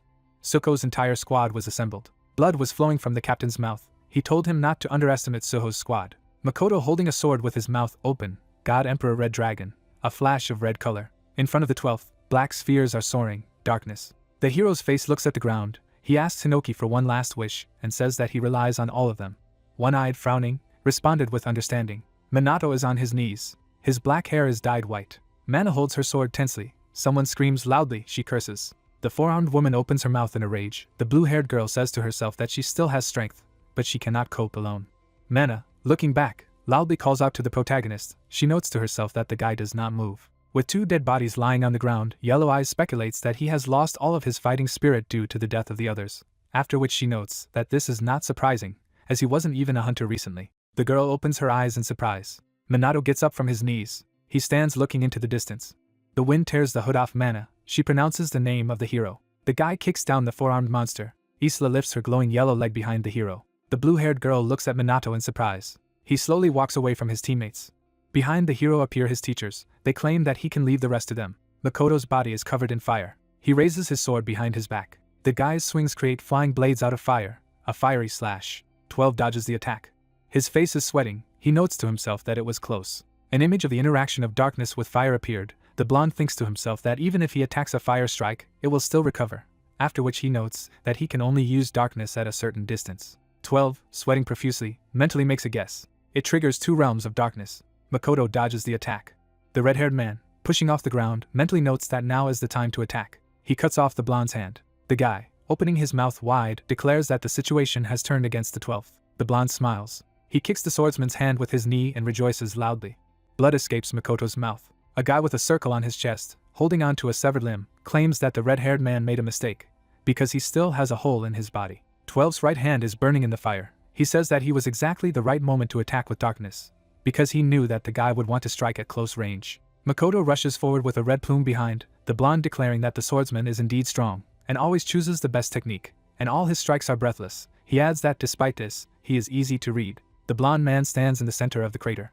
The swordsman raises the wind with his vertical swing. He attacks a light guy with a sword on his back. 12, smiling broadly, declares that victory is his. The red-haired man is breathing heavily. The blonde, reaching for his remaining hand in his bag, says that in other words, the swordsman's defeat was a foregone conclusion from the start. The blonde man shows a blue book and claims that it was in it that the prediction was. Makoto, staring at the book in amazement, makes a guess about it out loud. An image of a red book with a golden symbol appears. The swordsman is surprised to declare that it is a book of prophecies. 12th opens the book with a smile. Midori and Makoto stand in front of a golden diamond. A group of unknown people are in front of the golden circle symbol. The blonde man reveals that if there is an organization that prevents prophecies, then there will inevitably be those who fulfill them. The swordsman's face sweats profusely. He is silently surprised at the existence of the organization. The blonde man, holding the blue book with his remaining hand in front of him, declares that he is one of the apostles of the apocalypse, and adds that he is the 12th darkness. He continues to look at Makoto and says that he is the one who will fulfill the prophecy. The swordsman, holding his sword to the ground, asks why the deadly prophecy should be fulfilled. The 12th, closing the book, asks if they will let him go if he tells. The red-haired man swings his sword vertically and sends the blonde man out. The blonde man looks at the deep cut on his shoulder. Makoto, watching his opponent's wound, says to himself that he lost, and adds that there should be no more tricks on his part, after which he thinks that his strength is running out. The swordsman is covered in fire. He is convinced of his victory, the red dragon. 12, smiling, puts his hand back in his bag. In his palm there is a small blue bottle. The blonde opens the lid in the shape of an angel. His body shines with a bright light. Makoto squints. 12 hits him in the face with his right hand. The body of the red-haired man is forcefully imprinted into the post. The red-haired man looks at the blonde man in surprise. 12 clutches his regrown right hand, and the swordsman remembers in amazement that it was gone. A blue bottle with an angel cap is revealed. The blonde reveals that it is an artifact, and adds that he did not want to use it, as it is very valuable. Makoto makes a fire cut. 12 blocks the attack with darkness. He unleashes a series of punches on the red-haired man and thinks to himself that he is an idiot since he has fully recovered. An image of many monsters is shown. The swordsman is silently amazed by the artifact, and adds that the artificial artifacts are so powerful that they are stored in the Tower of Time, after which he is surprised that someone possesses such a thing. 12, smiling, kicks Makoto in the side. Blood is flowing. The red-haired man lies on the ground. The blonde declares that he lost. A red stream flows from the swordsman's mouth. He reaches for the sword with his remaining hand. Makoto's parents smile. He realizes to himself that he still has something to fulfill. A boy holding a soccer ball with tears. Young Midori smiles. A lot of people in black robes are smiling happily. The protagonist, smiling, tells the swordsman that he is an only child, so he does not really understand, and asks about the fact that the red-haired man cares about Shinji as much as he cares about Mantu. Makoto, smiling with blood on his face, says that Minato was right. The wounded guy grabs his sword. In his memories, he gives his brother a cat. Shinji reaches out to meet the Fluffy. The swordsman raises the blade behind his back to strike. The guy's palm is destroyed along with the handle. 12 creates many dark spheres and bids farewell to Makoto. The red-haired man is on his knees. The hero destroys the pillar behind the blonde. A drop of water falls on the protagonist's palm. He clenches his fist with a bright blue symbol. The teachers shine a yellow light behind Minato and tell the 12th that he will pay for the white-haired boy's tears. The swordsman, kneeling without both hands, is silently surprised by the appearance of the main character. A large blue glow emanates from the hero. Makoto suspects to himself that it is not him, but someone else. 12th observes the protagonist. The red-haired one notes that he also noticed the changes in the hero. A dark sphere appears. The blonde says to himself that there was only a boy in front of him. But now he is no longer a rabbit driven into a corner, but a bloodthirsty hunter ready to kill. After which he thinks about the best solution in this situation. The blonde loudly demands not to move. 12's left arm separates from his body, declaring that if the hero moves even a little, he will kill the swordsman. The bright guy makes a surprised face from realization. Looking at the hero, he thinks about the fact that he did not even blink an eye, and asks himself how it happened. 12's hand falls down. He wonders to himself when Minato even managed to do this. The protagonist holds a sword near the ground on bent legs. In his right hand is a broken blade. Hinoki, standing next to the white-haired guy, states that this was expected. The clique next to him talking about how they are brandishing a sword. A man in glasses, raising his hand with a bright yellow symbol, talks about his turn. A wave of metallic color rises, the highest alchemy. A lot of metal weapons circle around the hero and the gray-haired man. A man in glasses talks about the creation of weapons.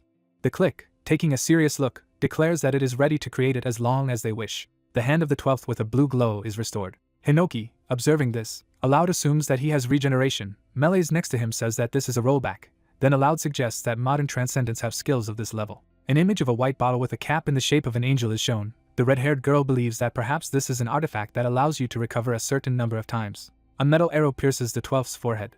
The hero, holding a bow behind him and Margit, declares that he will look again. A blonde man with a healed head twists his face. A dark-skinned man with glasses, crossing his arms, asks what the plan is, to which the red-haired girl suggests continuing to kill the blonde, and adds that someday he will definitely die. 12, summoning many black orbs, cries out for darkness. The hero releases the string of a metal bow with 3 blue arrows. The blonde makes a frightened face from the projectile in front of his face. He throws his head back due to metal objects hitting his eye and chest. The protagonist holds his bow. Margit, aiming at the 12th, declares that it will not help him. The blonde, making a frightened face, curses. He launches spheres of darkness at the hero. The young man, together with a dark-skinned man in glasses, dodges the attack. Minato grabs the light guy's right hand. The white-haired man kicks his chin. The hero continues to hold the 12th. The main character strikes the opponent in the face. The dark man, creating arrows, says that they will certainly hit the body, and that on the one hand, shooting is a good skill. The blonde man stands behind the many spheres. The man in glasses notes that the projectiles will not be able to hit through the darkness. The warrior with the long pigtail, frowning his gaze, notes that even so, they can bypass the blonde's attack. The hero grabs the 12th. The protagonist tosses it into the air. Isla looks at the sky with a palm over her eyes. A dark-skinned man asks how many times the blonde has already died. The girl asks in response if he wants to count. Minato approaches an injured Makoto. The swordsman looks at the hero and clarifies if it is really him. The red-haired man is kneeling in front of the white-haired guy. A blonde girl with glasses stands behind the protagonist with her hand raised, and refuses. Makoto's body is covered in a golden glow, sustaining life. Minato, passing by the red-haired man, states that they are the creators and are now inside the guy's body, after which the spirit is introduced. The hero, disappearing in front of the wounded warrior, claims that he will soon return. The swordsman, looking ahead, talks about the creators. 12 crouches near the ice wall, and thinks about the hero's words that his darkness is easy to avoid, then adds that it is impossible, and also adds to himself that it is impossible. He, frowning heavily, says aloud that he needs to come up with something. The spear pierces the blonde's heart. The protagonist impales the body of the blonde with a metal lance. 12, coughing up blood from a wound in his chest, he realizes to himself that there is no more time to think. The muscular woman shifts her gaze and asks if they will shoot the light guy until he dies. Melee's responds with a denial. The blonde man lands on the ground near a spear in a block of ice. The green-haired woman agrees to the red-haired girl. 2 yellow flashes appear. The hero, sealing the 12th in the ground with a bright light, talks about how problematic he is. Isla, being behind the protagonist, asks how many pieces the blonde needs to be shredded for him to stop living. The blonde's right palm lies on the ground. A fully recovered guy with a pigtail is breathing heavily. As he runs away, he thinks to himself that he must spit on the kid and that he must hurry to kill Makoto. 12's face is sweating. The red-haired man continues to kneel. The protagonist, sitting on the ground in front of the swordsman, tells the blonde that he is too late. Minato smiles widely. The blonde man, watching the white-haired guy, wonders aloud what the guy tells him to look at more closely. The main character, together with Inoki behind his back, swings his sword. The protagonist inflicts many blows on the guy with circles on his chest. 12's face was cut in half. The symbol of the golden circle appears. The blonde thinks that he has dedicated his life to fulfilling the prophecy, and adds that he cannot die now. A huge shark opens its mouth in front of the blonde man. He says to himself that this immense power in front of him makes his heart shrink, then adds that the fear he threw away has reappeared. A blue glow is shining. The guy is thinking about the prophecy to which he devoted his life. Putting his left hand into his bag, he declares to himself that for the sake of this prediction he must throw away all fears. 12 takes out a bottle with yellow contents. Minato and Hinoki make a surprised look. A blonde man with a severed hand scatters sand from a vial, an artifact of a cage of time. The hero is inside the golden bars. Blood covers the earth. The blonde man claims aloud that he has run out of time to regenerate. He opens his mouth wide, silently rejoicing that he did it, and managed to do it at the last second.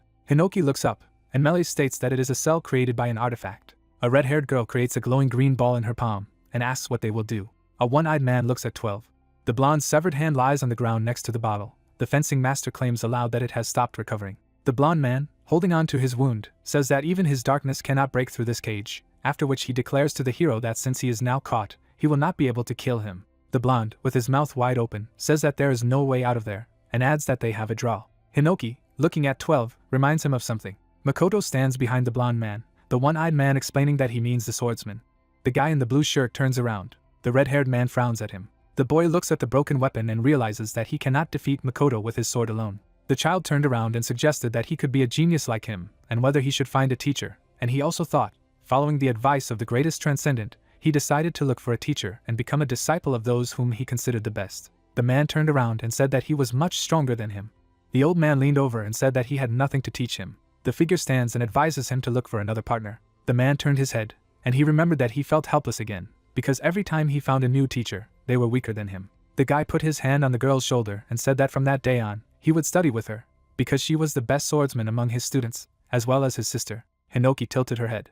The swords are stuck in the ground, and the narrator explained that he studied with the last mentor for 3 years. The red-haired man approached the mentor and asked a question about the technique. The symbol is depicted on the page. The girl raised her head and replied that he did not own it herself. The man holds a sword, and the mentor reveals that only the creator, Hinoki, was able to master it. Makoto looked at the book. The teacher stands in front of the young man and says that she has nothing more to teach him, because she taught him everything she knew. The guy raised his head and asked how he could get stronger. The girl closed her eyes. A picture of a flower appeared, and the tutor said that his talent was great, but even so, after so much training, he was just a bud, and added that he could find new mentors, continue to fight and cultivate, but he would not be able to blossom as long as he was alive. The guy looks ahead. Makoto raised his head and remembered the words that one day, he would meet a swordsman who would be stronger than him. The red-haired man looks at the swordsman. The young man holds a blade, and Makoto remembered his mentor's words that such an opportunity comes only once in a lifetime and should not be missed. The guy lowered his hands and thanked the teacher, because he understood. A red aura enveloped the swordsman's body, who realized that this was happening now. The girl turned and asked what he was doing. The man looks ahead. The swordsmen are standing. The protagonist raised his head and said the name of the red-haired man. A golden sphere surrounds the youth with a blue aura. The sun illuminates the building, the main department of the training camp. The guy lowered his head. The red-haired man looks ahead and tries to figure out what it is. The guy is trying to hold back his energy. The girl stands and shouts what this rumble is. Light enters through the hole, and someone has spoken Midori's name. An aura surrounds Makoto's body. The opponent raised his head. For a moment, the 12th's heart froze. The captain lowered his head like a swordsman. Makoto was nothing else. The man looks ahead with horror. But for some reason, the feeling that he will be killed did not disappear. The long-haired man turned and addressed the hero. The trees are standing, and the man explained that it takes only a moment for a person to blossom, in the most literal sense of the word. The swordsman stood there, and the mentor continued to wonder if it would happen when his body was fully strengthened. The old man turned around, and Hinoki added that he would open up when he mastered all the techniques. The girl looks away, and the man said that this can happen and when he reaches his limit. The captain is standing without hands, and the mentor summed up that as for Makoto, his time is now. Hinoki raised his head and said that the hero should remember this moment. The protagonist looks forward. The red-haired man exhaled. Makoto stands in front of a flower. The captain swung. The young man raised his head. The antagonist's eyes widened. Makoto raised his hands for a punch. The flower blossomed. The man was cut in two, the Hinoki technique, a complete loss, a cut. Makoto swung and realized that he had to put up a barrier from the topic, and he had neither hands nor a sword. Blood gushed out of the enemy's wound, and Capo realized that it would kill it right like that. The two halves of the body fall to the sides. One eye tilted his head and said that it was excellent. The captain looks ahead.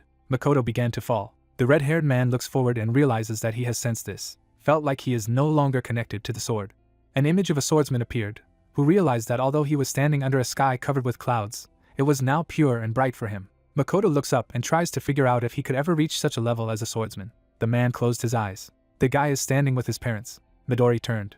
The team is standing, and Makoto realizes that he is constantly running from family, friends, teammates and subordinates. He has simply distanced himself from them, trying to become better. The man raised his head and realized that he was now here. A young man is standing with a cat. The captain turned and apologized to his brother, because now he was completely satisfied. Someone is coming. The red-haired man looks away. The protagonist approached the captain. The guy held out his hand. The swordsman looks ahead in shock. The man smiled. As the hands move closer together, Makoto realizes that even though he is dead, this is not the end. People shook hands, and the captain said that he relied on the hero. The young man falls. The protagonist runs to the captain and realizes that for a moment, his soul was connected to Captain Makoto through the heavenly crest. The guy stretches his hand forward and shouts the captain's name. The hero fell to the ground. Someone looks away. Dead bodies lie on the ground. Midori flies and shouts the name of his comrade. The blonde man picked up his friend's body. Sweat runs down his face. The man smiles. Midori sits next to a dead friend, Makoto, 23 years old, who died in a battle with a Transcendent named 12. Minato lies on the ground. The brothers sit together.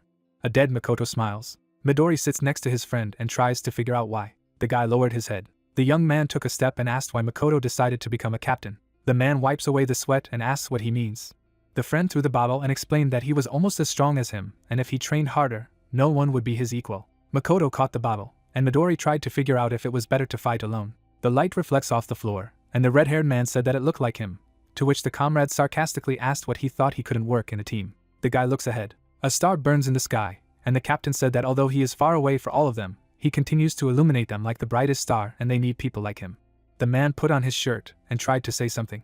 An image appeared on the screen, and a voice spoke to the captain. The guys are standing and the young man said that Kuzushiro passed the second-level swordsman exam, just as the captain said. The guy raised his head and explained that now he could be useful, but still wanted to tell about it himself. The man turned around, and a team member said that they were going to eat.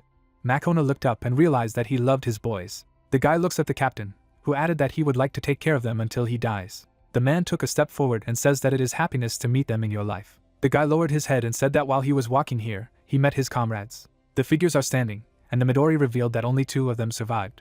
The young man put his hand on his friend's face. The blonde man turned around and said with tears in his eyes that he had done his duty as a captain.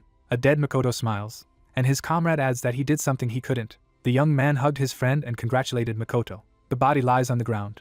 The protagonist is lying. The swordsman looked at the hero. The girl raised her head and said that it was dark. The pink-haired woman looks forward. The hero is on his knees, and the girl guessed that he believes that the current situation is a consequence of his weakness. An image of the protagonist's acquaintances appeared, and the pink-haired woman explained that everyone experiences the death of partners, friends, family, because even the creators went through this difficult experience. Someone stretches out his hand, and the narrator continued that as a result, a wound appears and all that remains is to look at the backs of the departing friends. The long-haired man looks down, and the girl said that most of the time no one can bear it, and they closed their hearts. The man approached the guy. The hero lowered his head and said that he would not fight anymore. People look forward in shock. The protagonist put his hand to his chest and said that his heart hurts as if it was about to burst. A picture of the battle appeared, and Minata said that if he had only relied on them from the beginning, then no one would have died. The hero sits and says that he just has to train his body so that everyone can use it as a vessel. The swordsman took a step forward, and the guy said that he understood with his head. The young man raised his head. The captain held out his hand. The protagonist shook hands. The young man looked at the palm and said that when the captain held out his hand, it was so hot that it even burned. The hero turned around and explained that he trusted him. The guy raised his head and added that he wanted to live up to his expectations. Chubby looks forward. The bespectacled girl began to cry. The lizard raised its head. A dark-skinned man wipes away his tears. The man closed his eyes. The long-haired man smiled. Margit raised his head. The old man looks ahead. Someone adjusted his glasses. The man tries not to cry. The girl looked up. The pink-haired woman opened her mouth. The long-haired man smiles, and the protagonist said that he no longer thinks that he will ever get better than the creators, because they surpass everyone else every minute and second. The guy raised his head. A flash lit up the sky. The light illuminated the main character. The young man clenched his fist. Minato looked ahead and stated that he would not lose again. The helicopter is flying. People drag their comrades. Midori is carried by Makoto. The young man closes the bag with the captain's body. The man took a step and said that everyone was ready and only Midori remained, to which the latter replied that he would return alone. The girl turned and told him to be careful. The guy picked up the phone and turned to Mikado. The young man looked at the book and told them that Makoto had left them. The symbol is depicted on the book, and Midori explained that his enemy was the 12th apostle of the apocalypse, and added that the report with permission could wait. The young man looked furiously ahead and said that he was hunting them, and Mr. Midori did not return again. People fight against the backdrop of a volcano. 1 month later, in Amitakiyama, Nagano Prefecture, the red-haired man took a fighting stance. The guy made a lunge. The young man raised his hand to strike. The protagonist used a piercing blow. Shinji exhaled. People are standing in the water. The hero looks at his hand and realizes that he stopped his piercing blow. The guy grabbed his opponent's hand. Minato threw the opponent over. Shinji flies down. The red-haired man struck kicked. The young man blocked his leg with his hand. Shinji looks ahead. The protagonist swung for a kick. Someone tilted his head and shouted for them to stop. The children look at their mentor. The girl crossed her arms. The portrait of the captain is standing. People in costumes stand at the funeral, and the protagonist explained that Makoto's death was a big scar on the hearts of each of them. The hero looked away. The red-haired man looks forward. Shinji stands in front of a portrait of his dead brother, and the guy said that among all those who came to the funeral, only Shinji did not leave the photo of the captain. Minato walks down the hallway. The young man raised his head. The red-haired man took a step. The young man raised his head and noticed the hero, and someone meowed. The cat is sitting in the carrier, and the protagonist realized that this sound was made by Mantu. Shinji raised his head and said that the hero knew that his brother had a cat. The red-haired man lowered his head and said that he didn't know anything. The young man is standing in the room and began his story by saying that after cleaning the room, he understood something. The cat is lying on the wardrobe, and the young man said that he loved him like no one else. The books are on the shelf, and Shinji explained that his brother read them. The clothes are hanging, and the young man said that he wore them. The food is in the refrigerator. The notes hang on the refrigerator, and Shinji admits that he hasn't started sorting out his item yet. The hero looks ahead. The young man holds the books, and Minato realizes that they are diaries, to which his brother states that he is allowed to take them. An image of the text appeared, and the protagonist revealed that his brother had left a suicide note in case he died. The guy looks at the book, and the young man added that he wrote about his daily workouts and responsibilities. Red-haired looks at the text in shock, where it was written that on January 12th, it gets colder in the morning and evening, and he wonders if Shinji is cold. The hand turned the page to March 7th. The brother is standing near the diary, where Makoto wrote that Shinji passed the hunter exam, because he wants to become like him. On April 17th, he is worried that Shinji joined the opposing squad. On July 19th, today Kashiai brought a delicious watermelon. It's a pity that Shinji didn't try it. Red hair looks forward, and Makoto described October 1st when Shinji went on a reconnaissance mission to learn about the prophecy. Tears fell on a piece of paper that said he hoped his brother would be safe. The man writes in his diary. The young man lies on the floor and realizes that he has never forgotten about him. A guy cries with the diary. The protagonist raised his head. The man turned around and said that he cherished his brother. The captain looks down and says that if only he could communicate with Shinji as well. The guy cries and the hero says that Makoto always talked about him and Mantu. The young man raised his head and said that he wanted to become stronger. The stars illuminate the night sky, and the red-haired man explained that he needed strength so that his brother could not worry about him. The girl turned and asked why they were there. The girl stood in shock when she heard that Makoto had died. The mentor made a calm face and said that she understood.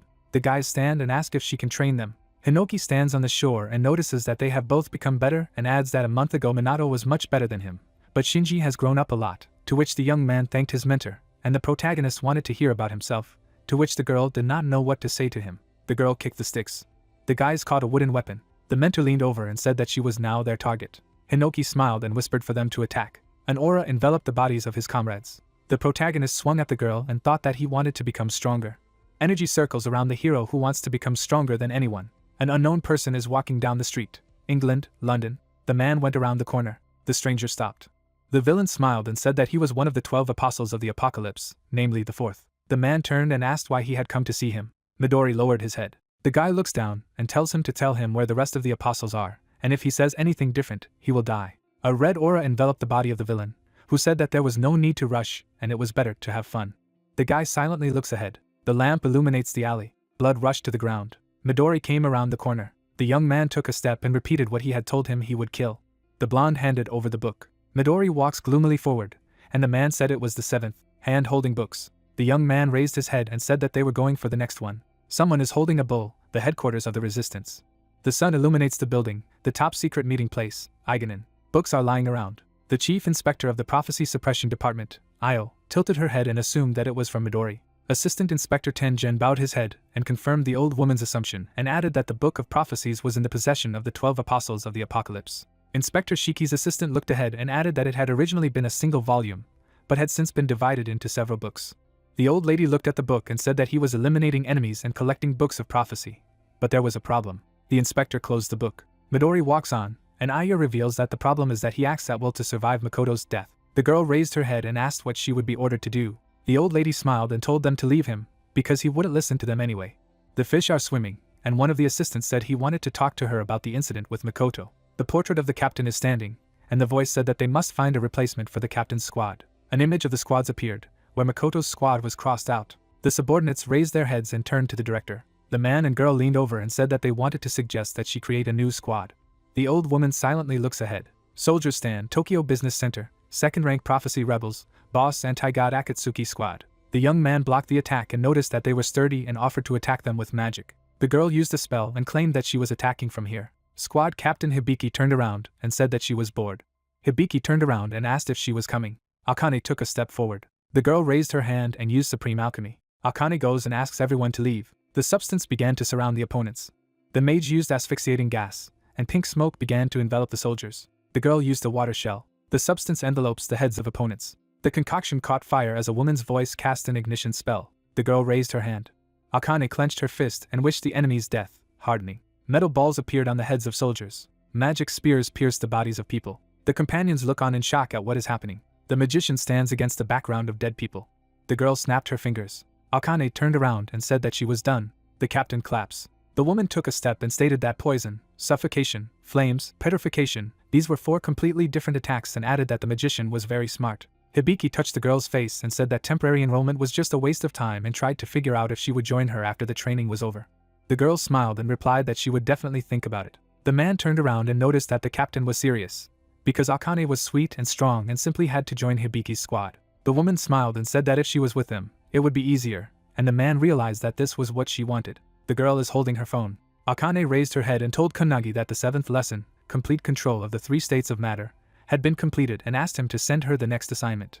Smoke rises from the mouth of the volcano. The guy picked up the phone and noticed that she was fast. The young man raised his head and at the man's words that this was the 7th lesson, asked if it was possible to conduct the next lesson about 3 things at once. The bespectacled man took the book and said that it would be as he said. The girl tilted her head, and the hero replied that he would send it soon. The building is standing, and someone asked the interlocutor if he had heard that Hiko was on the 8th errand, Ta Kurazawa, Saitama. The creature raised its head, a second-rank prophecy, a sacred beast that destroys the earth, a boss, a sphinx, a devourer. Silhouette destroyed the boss with 1 blow. Haitohara looked at his fist and said that he had succeeded in the 8th lesson, the flash blow, and the beak strike. The captain of the Kichiro squad raised his head and praised Hikataro. People throw the young man and shout that he must join them. The guy looks up and thinks about where to step. The girl looked to the side and said on the phone that she would not lose to him, and she would defeat everyone. The protagonist leaned over and added that Shinji was gradually getting better, and he was not sitting idly by. The hero looked to the side and said that she was trying hard. The girl lowered her gaze. The cat lowered his head doomedly, and Shinji shouted why he only liked Minato, to which the young man replied that the red-haired man himself was scared to death of her. The cat holds the young man, and Akane asks if they have heard of the formation of a new squad. The girl looked to the side and said that due to the fact that Captain Makoto's squad was destroyed, it was decided to create a new unit, and the captains are chosen from those who have achieved significant success. The young man smiled and said that there were many people coming to this place.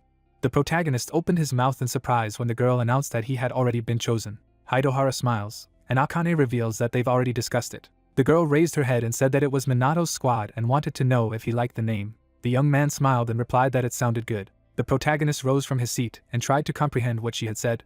Minato opened his mouth and asked the interlocutor on the phone that he would be the captain. Shinomiya put the phone to her ear. The black-haired guy asked why he should be the commander. The guy with a mobile phone opened his mouth. His interlocutor said that the resistance has a dream. The papers are on fire. The girl said that the resistance wants to destroy all the prophecies that exist in this world. The short-haired guy looked to the side. A girl in black clothes stands still. The girl in the dress froze near the cathedral. Shinomiya said that this was her wish. Minato looked at the ground and thought. The girl on the other side of the phone said that this desire was at the heart of her personality. The red-haired guy frowned. The girl with purple hair folded her hands in front of her. The protagonist put his hand on Makoto's shoulder, and Shinomiya said that a captain must have a strong will to lead the entire squad. The girl with 2 ponytails closed her eyes, says that the protagonist has all the makings for leadership. The protagonist opened his eyes. The guy in the headphones closed his eyes and told his girlfriend to come back. She says that she has to go, and says that Minato thinks about her words. The hero objected. The volcano is smoking. The main character, folding his legs on a stone, thought for a while. He crossed his arms and thought that he would be the captain of the squad. Ichika put her hand to her forehead and asked what the protagonist was doing. Shinji turned to her. The cat is sitting on a rock. A guy with a short haircut is talking about the captain of the new squad. The mentor lifted her leg and said that if the hero wanted to become a captain, then why not? Makoto's brother replied that he also thought so. Minato closed his eyes. The woman with the ponytail looked away and thought. Melees looks up and asks if there is anyone to consult with the main character. The group standing near her objected. Isla raised one of her eyebrows. The green-haired woman looked to the side and said that she had only mastered martial arts all her life. The dark-skinned man frowned and said about the role of a leader. The Hinoki opened his mouth and said that he did not know anything. The hooded girl spread her hands and asked who the hopeless mentors were. The man with the armband objected that she was too. The long-haired tutor turned around and said that Lion must know something. A boy in green robes writes with a pen and says that he did not have time for this. The creator, the one-eyed man objected. The creator, the strategist Lion. The green-eyed boy opened his mouth and said that they already had someone who could help him with this. The man in the kimono looked away and was surprised. A stick flew into Minato, who was sitting on a rock, and the woman stepped on the water and called out to the main character. Ichika goes to Minato. She orders the hero to start training until he falls off his feet. The teacher opened her mouth and ordered the protagonist to go down to the water. He obeyed. The hero jumped into the water. He remained standing on the water, the method of movement, holding on to the rings of water. Ichika threw a stick over her shoulder and said that he already knew how to stay on the water. Minato leaned down, and the master asked how he had managed to achieve this, since it usually takes 6 months for even a qualified Transcendent to reach such a level. The man with the bandage stepped onto the water and told the protagonist to repeat. The protagonist grinned and said that he had to train even when he was asleep. The hero opened his eye. Ichika swung her stick and created a purple trail. Shinji stepped back and was surprised. The mentor pointed her staff forward and said that she advised her to turn on her brain quickly, otherwise she would force it to concentrate. The protagonist, clenching the weapon in his hand, prepared to defend himself. The man in the kimono froze in place and said that she was really a suitable candidate. Melees knitted her eyebrows and concluded that the teacher was strong among modern transcendents, indeed a descendant of Hinoki. He replied that he was more like a brother, since he had no descendants. The red-haired guy raised his hands, the one-eyed man thinking that she was also training Makoto. The sword-wielding warrior looked up and said that the master was the rightful heir of her generation. Ichika raised her punching stick, a Hinoki style. The main character, dodging attacks, jumps on the water, devouring a snake. Hinoki opened his mouth and was surprised.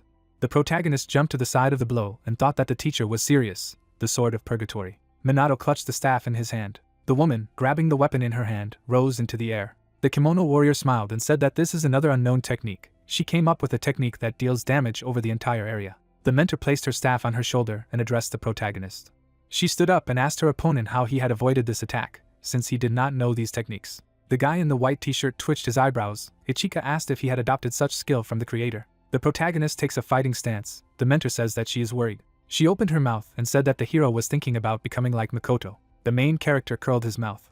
The man who raised his sword behind his back concluded that Minato could become a captain. Shinji looked down and thought that the hero had been thinking about it all along. The main character's hands gripped the staff. He thought that then he saw Makoto with his own eyes. An image of people fighting appeared. The protagonist thinks that Makoto was the most outstanding captain of all. The hero narrowed his eyebrows and concluded that he was really thinking about it.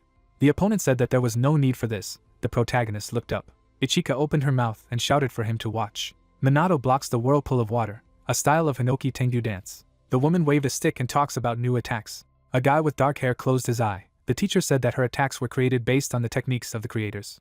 Hinoki stands on a mountain of enemies he defeated, his mentor thinking that she cannot become like him because he is on a completely different level. The warrior with the bandage turned his gaze upwards. The woman mentally said that she had to be inventive to get even a little closer to his level, and for this she was honing her style. Minato opened his eye and concluded that it would take some creative work to get close to such a level. Standing on the water, he clutched his staff in his hands. Makoto holds a sword in his hands. The main character said that he does not know what the captain was like, but he was the best in the role of commander. Shinji looked down and thought that a hero wouldn't be able to be like him, but if he continued to improve, then he would achieve anything. Minato froze in place. Ichika opened her mouth and shouted, "Isn't that so?" She pointed the weapon at the protagonist, and said that he should not think about whether he could become like Makoto. The main character stands concentrated. The teacher asks what the captain left him. The red-haired guy held out his hand. He shook hands with the man with the mark on his palm. Minato opened his mouth and reported that the captain had left him a future. Ichika smiled and said that her opponent was in a good mood. She took a fighting stance with the protagonist, and replied that she would train them for the sake of the future. Minato raised his staff to strike, and the teacher told him to attack. The two warriors crossed weapons. 2 weeks later, the resistance headquarters. The building is standing. Hibiki pointed her finger at the tablet and pondered. Todoroki asked that this was the list of candidates for the role of commanders for the new squad. Shinonome, who was smoking a cigarette, replied that yes, it was mostly recommendations from the captain and the executive director. He has a tablet with candidates in his hands, and he says that this time they are very surprising. Ichika and Minato are printed on the paper. Trees stand near the windows of the building. A man near the trunk says that he made his way without any problems, and the exam to choose a new captain will begin in 3 days. The gold emblem is sewn into the clothes. Eva put the phone to her ear and told the boss not to worry, because the captain of the new squad would be her, a member of the 12 Apostles of the Apocalypse Eve. A man shrouded in energy tries to lift another by stretching out his hand. It was said about the ability to pervert the man Eve, one of the 12 Apostles, which allowed him to replace the person he killed. The building is depicted through broken glass, When the plot told that his goal was to become the new captain of the opposing squad in order to destroy the organization from within, the apostle turned his head to the side, reasoning that Midori was killing the 12 apostles one by one. The watch is shown in blood. It was reported that he had already overcome half of it. The young man frowned. It was explained that it was impossible to defeat this monster alone, and only the survivors of them remained. Eva put her hand to her face. It was said that only to sow discord in the organization itself. She understood that this was all. The apostle looked forward, saying that everything was for the fulfillment of prophecy. 3 days later, the guy stood in front of people in the field, ordering everyone to line up. It was a large-scale training ground for the fighters. Tenjin looked ahead, shouting that the qualifying exam for the new captain of the squad was about to begin. A diagram appeared depicting people of different colors. When he said that there would be a total of 4 tests, the first 3 would reduce the number of candidates to 4 people. Depending on the results of each exam, points would be awarded: 3 points for the first place, 2 points for the second, and 1 for the third. In this scheme, one person was shown a crown. It was said that the candidate with the highest number of points would become the captain of the new squad. Shiki was with the woman and announced that the inspector general himself was watching these tests from his office. Tenjin was tense as he shouted that each of them had to make an effort. The men in the ranks took the order. Minato stared silently in front of him, wondering what all these people wanted so much to be the captain of the new squad, anyway. Red eyes burned behind the young man's back. He wondered why everyone was looking at him. 8 participants were known. Koki put his hand on his neck, wondering if there was the one Midori had brought, some special one, asking what he was thinking. Saishiro closed his eyes, saying that he thought he would become a captain after only 2 months of service in the organization. Sanobe smiled as she asked about him being an intern after all, saying that it was amazing. Hisagi was angry, wondering what kind of trainee he was to be here among them in 2 months, and she told them to stop calling her Sochika. Sakazaki adjusted his glasses, thinking that he had successfully survived the first-class prophecy. Moreover, he had a recommendation from Hinoki Ichika herself, saying that he was not so simple. Shikami took a bite of the chocolate, saying that he had heard that he even taught his peers. Kaname crossed his arms, wondering if he had become a mentor to Akane, if he was cuter than him. The plot told that Eve from the 12 apostles turned into one of them.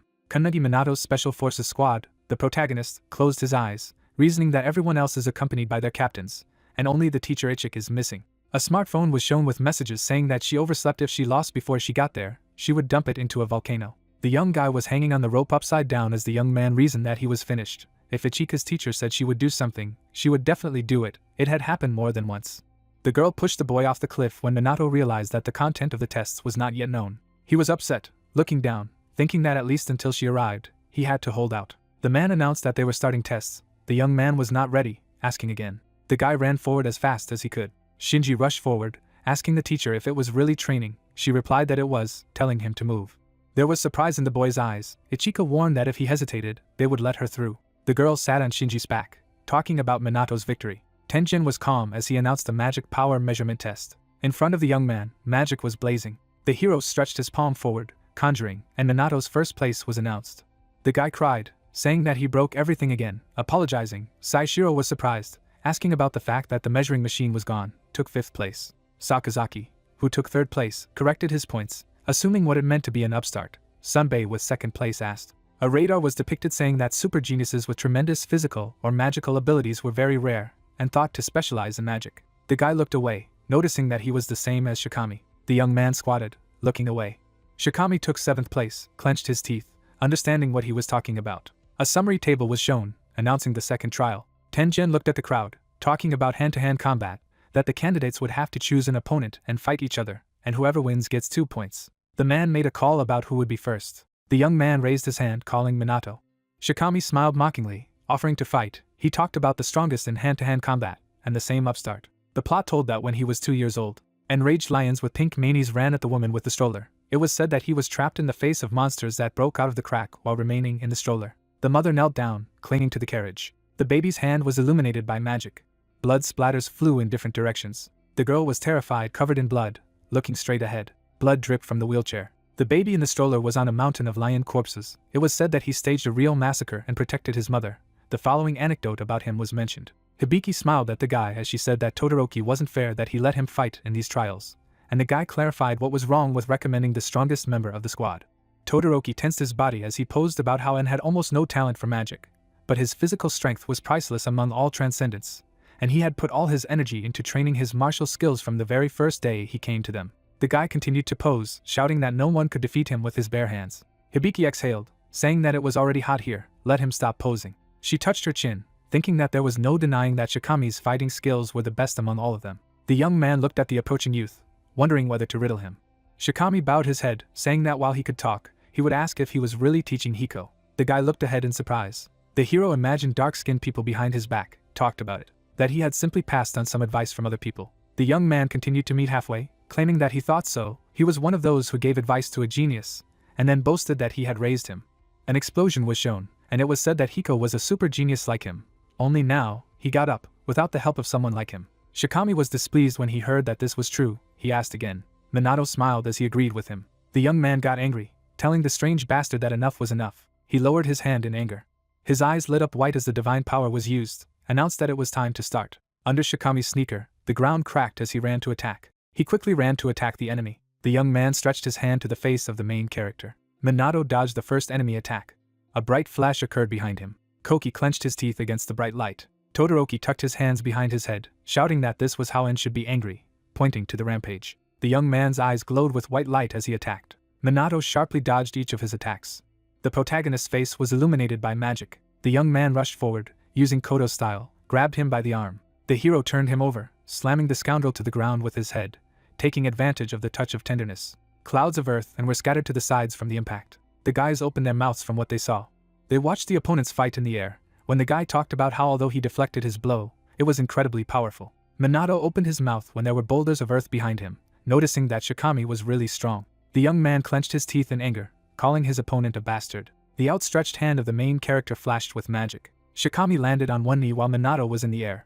Haruki sat on the ground, noting that he had recovered so quickly. Kenin watched in horror, asking that the impact was so strong that it made a hole in the ground, and he didn't have a single scratch. Sakazaki held a tablet in his hands, saying that everything was right. It was these outstanding physical abilities that made Shikami an upstart. A whirlwind of magic followed the angry attacker as it was discussed that the strength of his body was also different from that of an ordinary human. The villain stepped on the main character, suspended in the air. Minato watched silently, reasoning that deflecting the blows alone would not be enough to defeat Shikami, wondering what he might try to respond.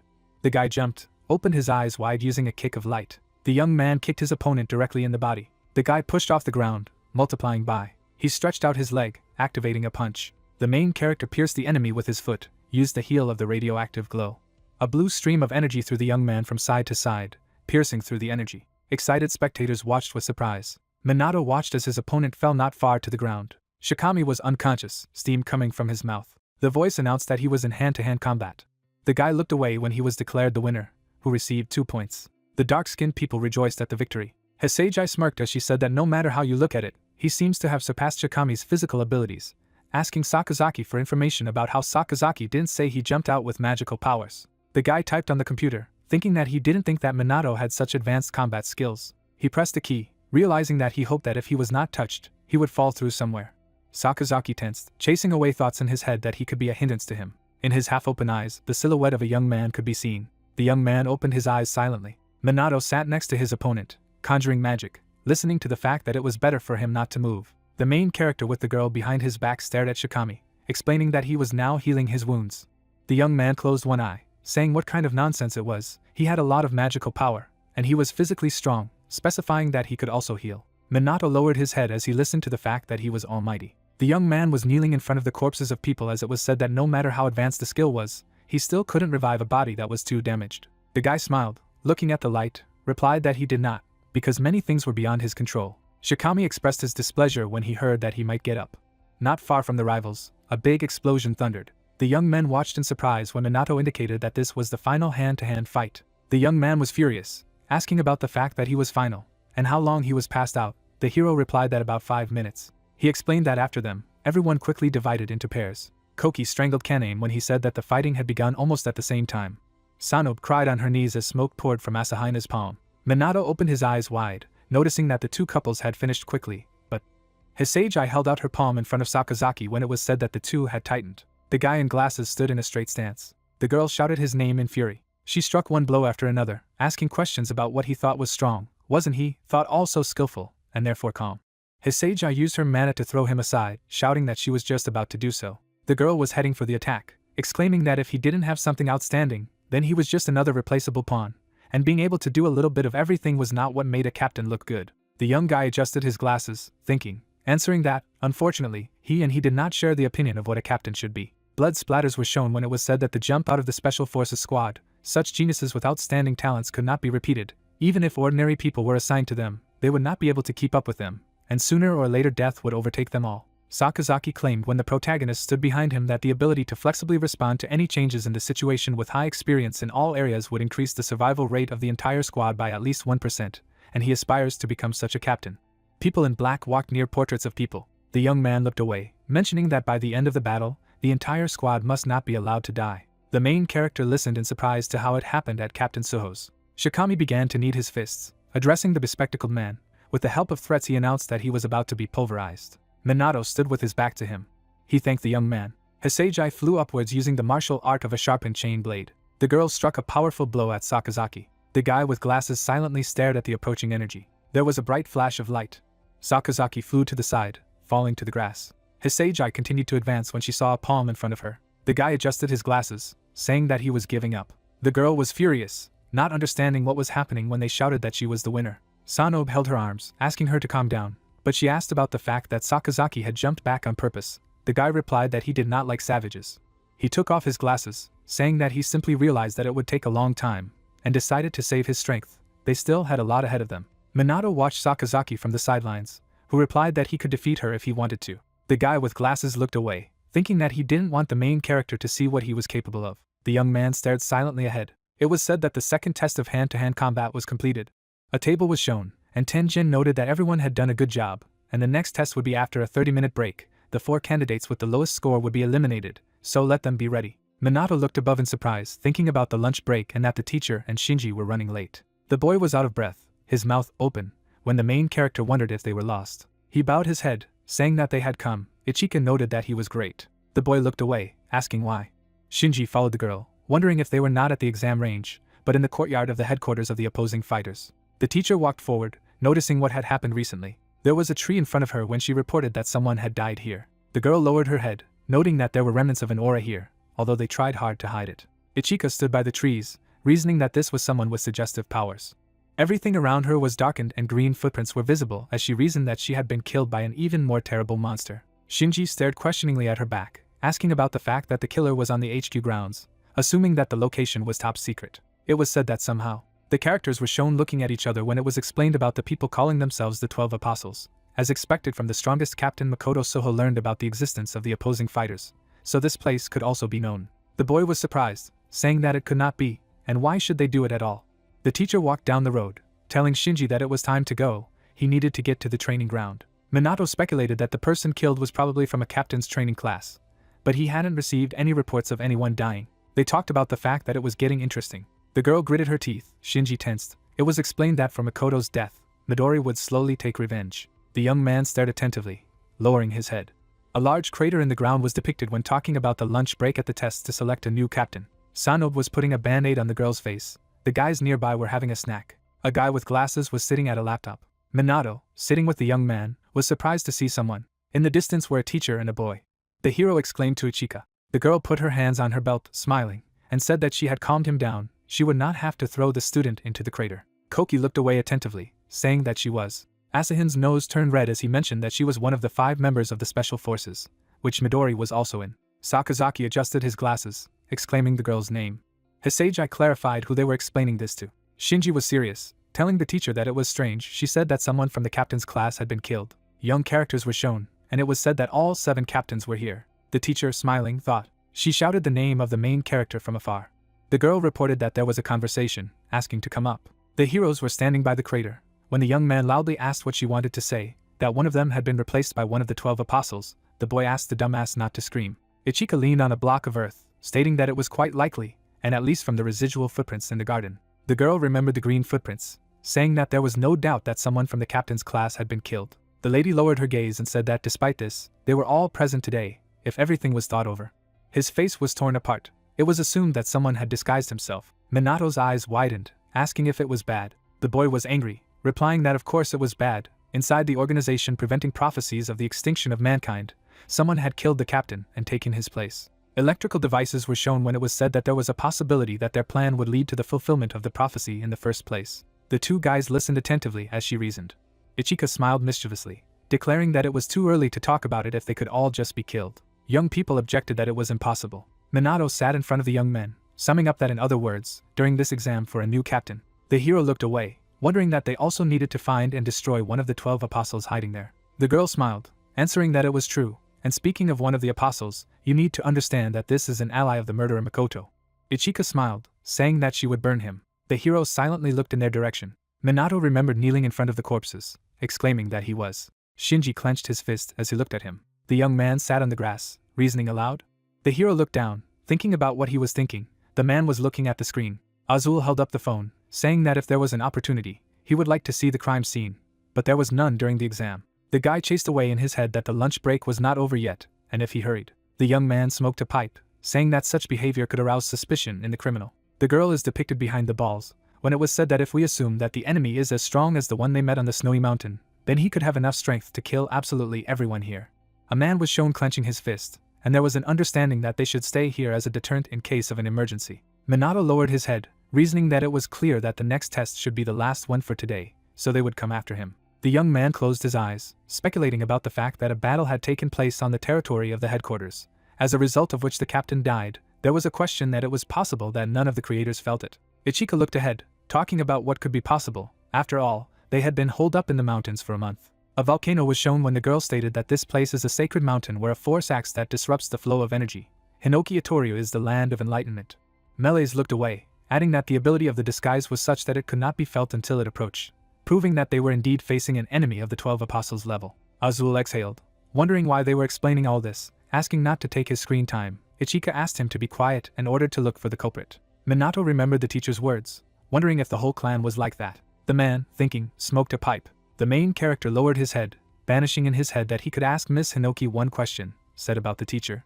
The guy looked ahead, asking if it could be that the enemy disguised himself not as a captain, but as one of the candidates. The guys silently looked into his eyes. The girl did not take her eyes off, reasoning that they were recommended as a new captain. Battles were shown in the trials, when she added that there was indeed such a possibility. Minato was getting to his feet when the teacher said that captains should not be excluded from the list of suspects, noting that this was true if the next test was again to test combat abilities. The young man smiled, saying that he would try to shake him up a little. A picturesque field was shown when it was announced that the break was over, and the third test began. The hero filled out a paper. It was a written exam. The candidates sat down for their jobs when Tenjin announced that this was a complete isolation. Conversations were strictly prohibited, smartphones were confiscated. Minato reasoned that this was a complete failure. There would be no shaking, and even worse, there were so many questions about the rules of the organization that he knew nothing about at all. The guy clutched his head, reading the questions on a piece of paper. He realized that although this was an exam for the rank of captain, so this was to be expected. He opened his eyes wide, realizing that it was not the time to give up and he had to think to the last. The cat was sleeping in the carrier when the announcement of the results appeared. The top 4 of the table were noted. The main character was upset, thinking about what didn't work out. It was said that he took the last place in the written test. The young man came up from behind, saying that the 4 worst at this stage were eliminated. Minato was surprised to see Shikami, who praised the hero. Sakazaki was adjusting his glasses when he found out that he had taken first place in the written exam. The guy closed his eyes, saying that it seemed that only the 2 of them managed to score 0 on the written exam. The young man replied that this bespectacled guy got the highest score. Annoying. Shikami lowered his head, saying that the young man managed to hold on to first place. So he is amazing, and he thought he could stay with 2 points for the fight and 1 for magic. But it turned out that he did. Minato listened attentively, looking away that Shikami would still come to support him in the final stage. Whoever became the captain still had to decide whether he wanted to serve under him or not. Behind the man's back was a sword and 6 people, when it was said that the minimum allowable number of people for the squad was 7. In other words, the captain needed to recruit 6 other fighters, and therefore he also needed to think about which of the candidates he would take into his squad if he became a captain. The young man slapped the hero on the shoulder, remembering something. He pointed his finger at himself, saying that if he wanted his squad to be the strongest in battle, he recommended inviting him first. Shikami raised his hand up as he was leaving, asking the hero to do his best, and in response he heard words of gratitude. Azul towered over the young man, saying that he was now in the garden. Minato asked him if he understood who the criminal was. The heroes exclaimed, asking again. The man exhaled smoke, saying that he was a detective. He needed evidence to be sure. He took the receiver in his mouth, introducing all the candidates, said that he would drive the apostle into a corner.